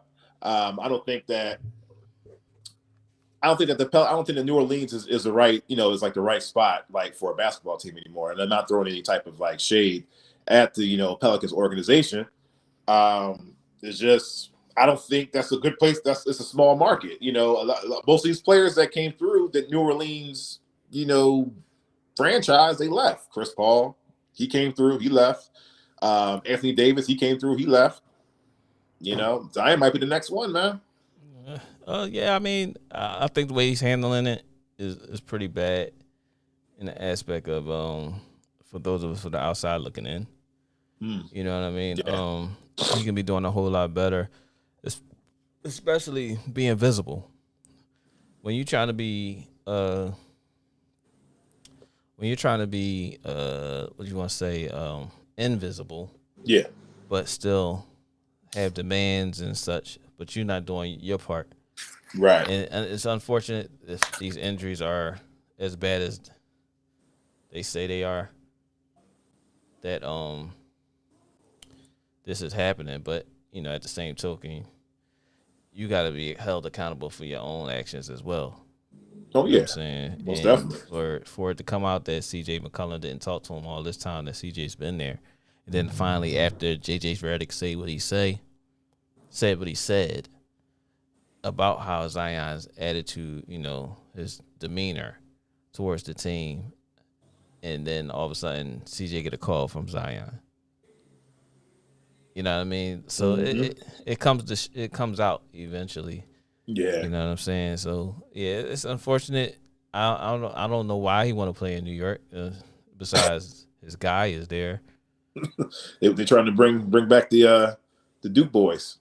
You know what I'm saying? They're trying to bring them all, bring that championship to that they were supposed to win in the tournament. Stop. You get okay. My bad. I'm sorry. I was speaking out of term again. Sorry. Yeah, now speaking of New York, it's perfect. Perfect segue. Perfect segue from New York. Now the Knicks, and I guess we're going to leave with this one. He says I have to discipline. Yeah, he's eating that Zatarans down there, man. The jambalaya. He needs to just be on a diet, really. Greg tough. Oden.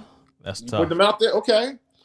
It's kind of tough because Zion probably in the first little bit of games that he played, he's probably scored more than Greg Oden has his whole career in that first season that he played. Yeah, because Zion's game is built on contact, so force and contact. Yeah. So he has to get that weight down, man. That's gonna tear his knees up. And you were talking about New York, trying to get back to New York. Now, speaking of which, the New York Knicks are going to sit Kemba Walker, aka my guy, Cardiac Kemba, I think they should have bored him out. You think so? Yeah. Yeah, that was my thing. I mean, and they're sitting there for the rest of the season. Like, how much basketball is left till like April? Like, just board him out. Y'all don't want him there. Let him go. Yeah, why didn't they just trade him so they can get something back for him? Right, like it's kind of relevant. I think that whole New York organization is just up in the air. Doing it again. They doing exactly what they did again. They doubling back. Good coach, good players. Now you're making bonehead moves. Yeah. Shout out to my Knicks fans out there. My loyal Knicks fans. Mike, you're one of them. Bing bong. Bing bong. Bing bong. So I mean, other than that, was there anything else that you had? Because I'm up on the second hour and stuff like that. Yeah. So. I think that's about it, bro. Okay. Yeah, we can get into the rest. We can get into the rest next week. And also, listen, guys out there, don't be a stranger out there. You can phone or text us. Tell a friend. And tell a friend, and then go on Instagram. Give us some topics that you want to get into. We'll definitely do the research for you, and we'll jump on it. So that way you can jump in it too. Shout out to Holla, man. Like, subscribe. Like, you know what I mean? Like and subscribe. We need that. You know what I'm saying? You could be the next guest on here eventually. We got some consistent people here at mine.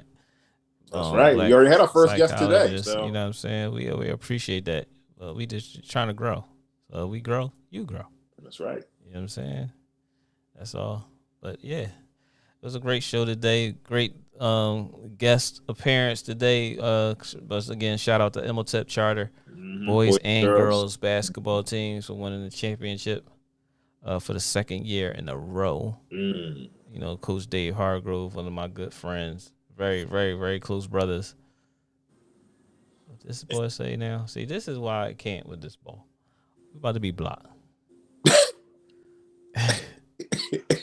Yeah, and the funny part, LeBron's always shooting shots towards the end, yo. Yeah, right. And that's what he do. That's what he do. He like the attention and stuff at the end. But shout out to Imhotep Charter, community, the staff, athletic department, and the kids mainly. Congratulations to the girls and the boys in the championship. Shout out to Archbishop Ryan playing against Newman Goretti. Be there. Boys. Tuesday. And shout out to Cardinal O'Hara playing against Archbishop Carroll. On the girls' side, Catholic League.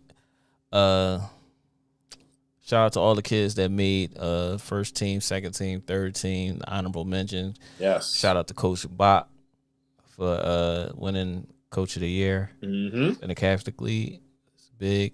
Shout out to my bro Mel Lindsay winning Coach of the Year in the Public League. Shout out to everybody that's watched. Continue watching. Black Psychologist, Lyle, Rob, Keith, Mike, for the little bit of time that you are here, where you are officially blocked. But yeah, we appreciate all y'all. Appreciate we didn't get no calls today. No, we didn't get calls, but we got a lot of comments coming in.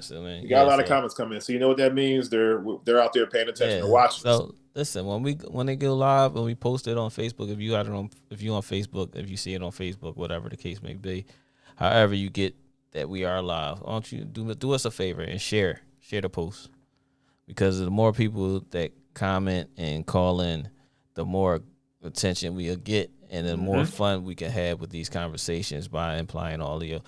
Another plug I have to put out there, shout to my bro, man, Robert Smith. He does painting.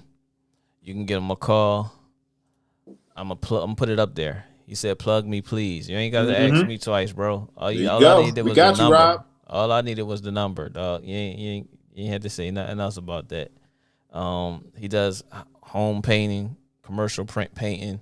Whatever you need, he can come give you an estimate. We gotta get his business thing together. So I'm gonna help him try to get his business. During the breaks, we can so that put him out there. Yeah, put it out there the way Thank you, Rob. Need to be put out there instead of just doing it this way. But for right now, Robert Smith Painting, 267-770-3351.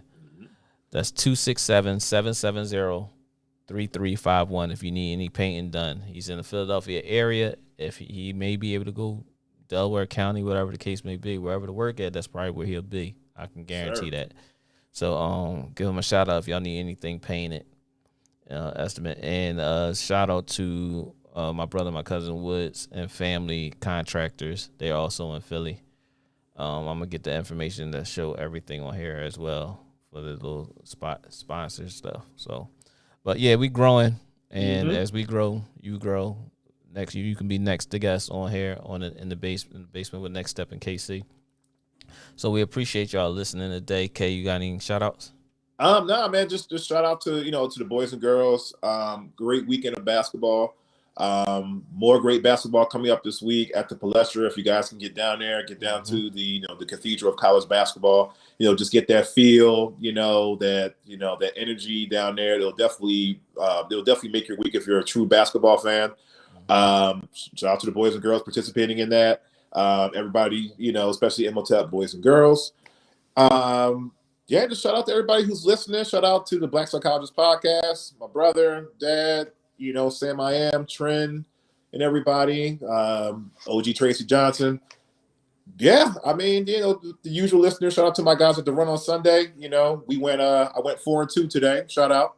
And that's pretty much it for Britt me. ain't getting no buckets today.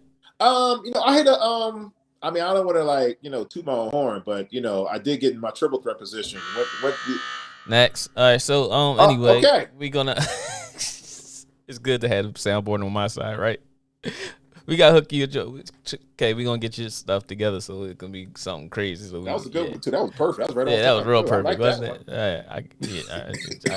Right off the top. Bam. You know what I'm saying? Freestyle. I like that. Yeah, I like that. But yeah, man. Shout out to the the open runs on Sunday with K. He went 4-2 today. Yeah. So I guess next week it ain't gonna be a good week. He bragging on the show, so yeah. It may not look too good for him next week.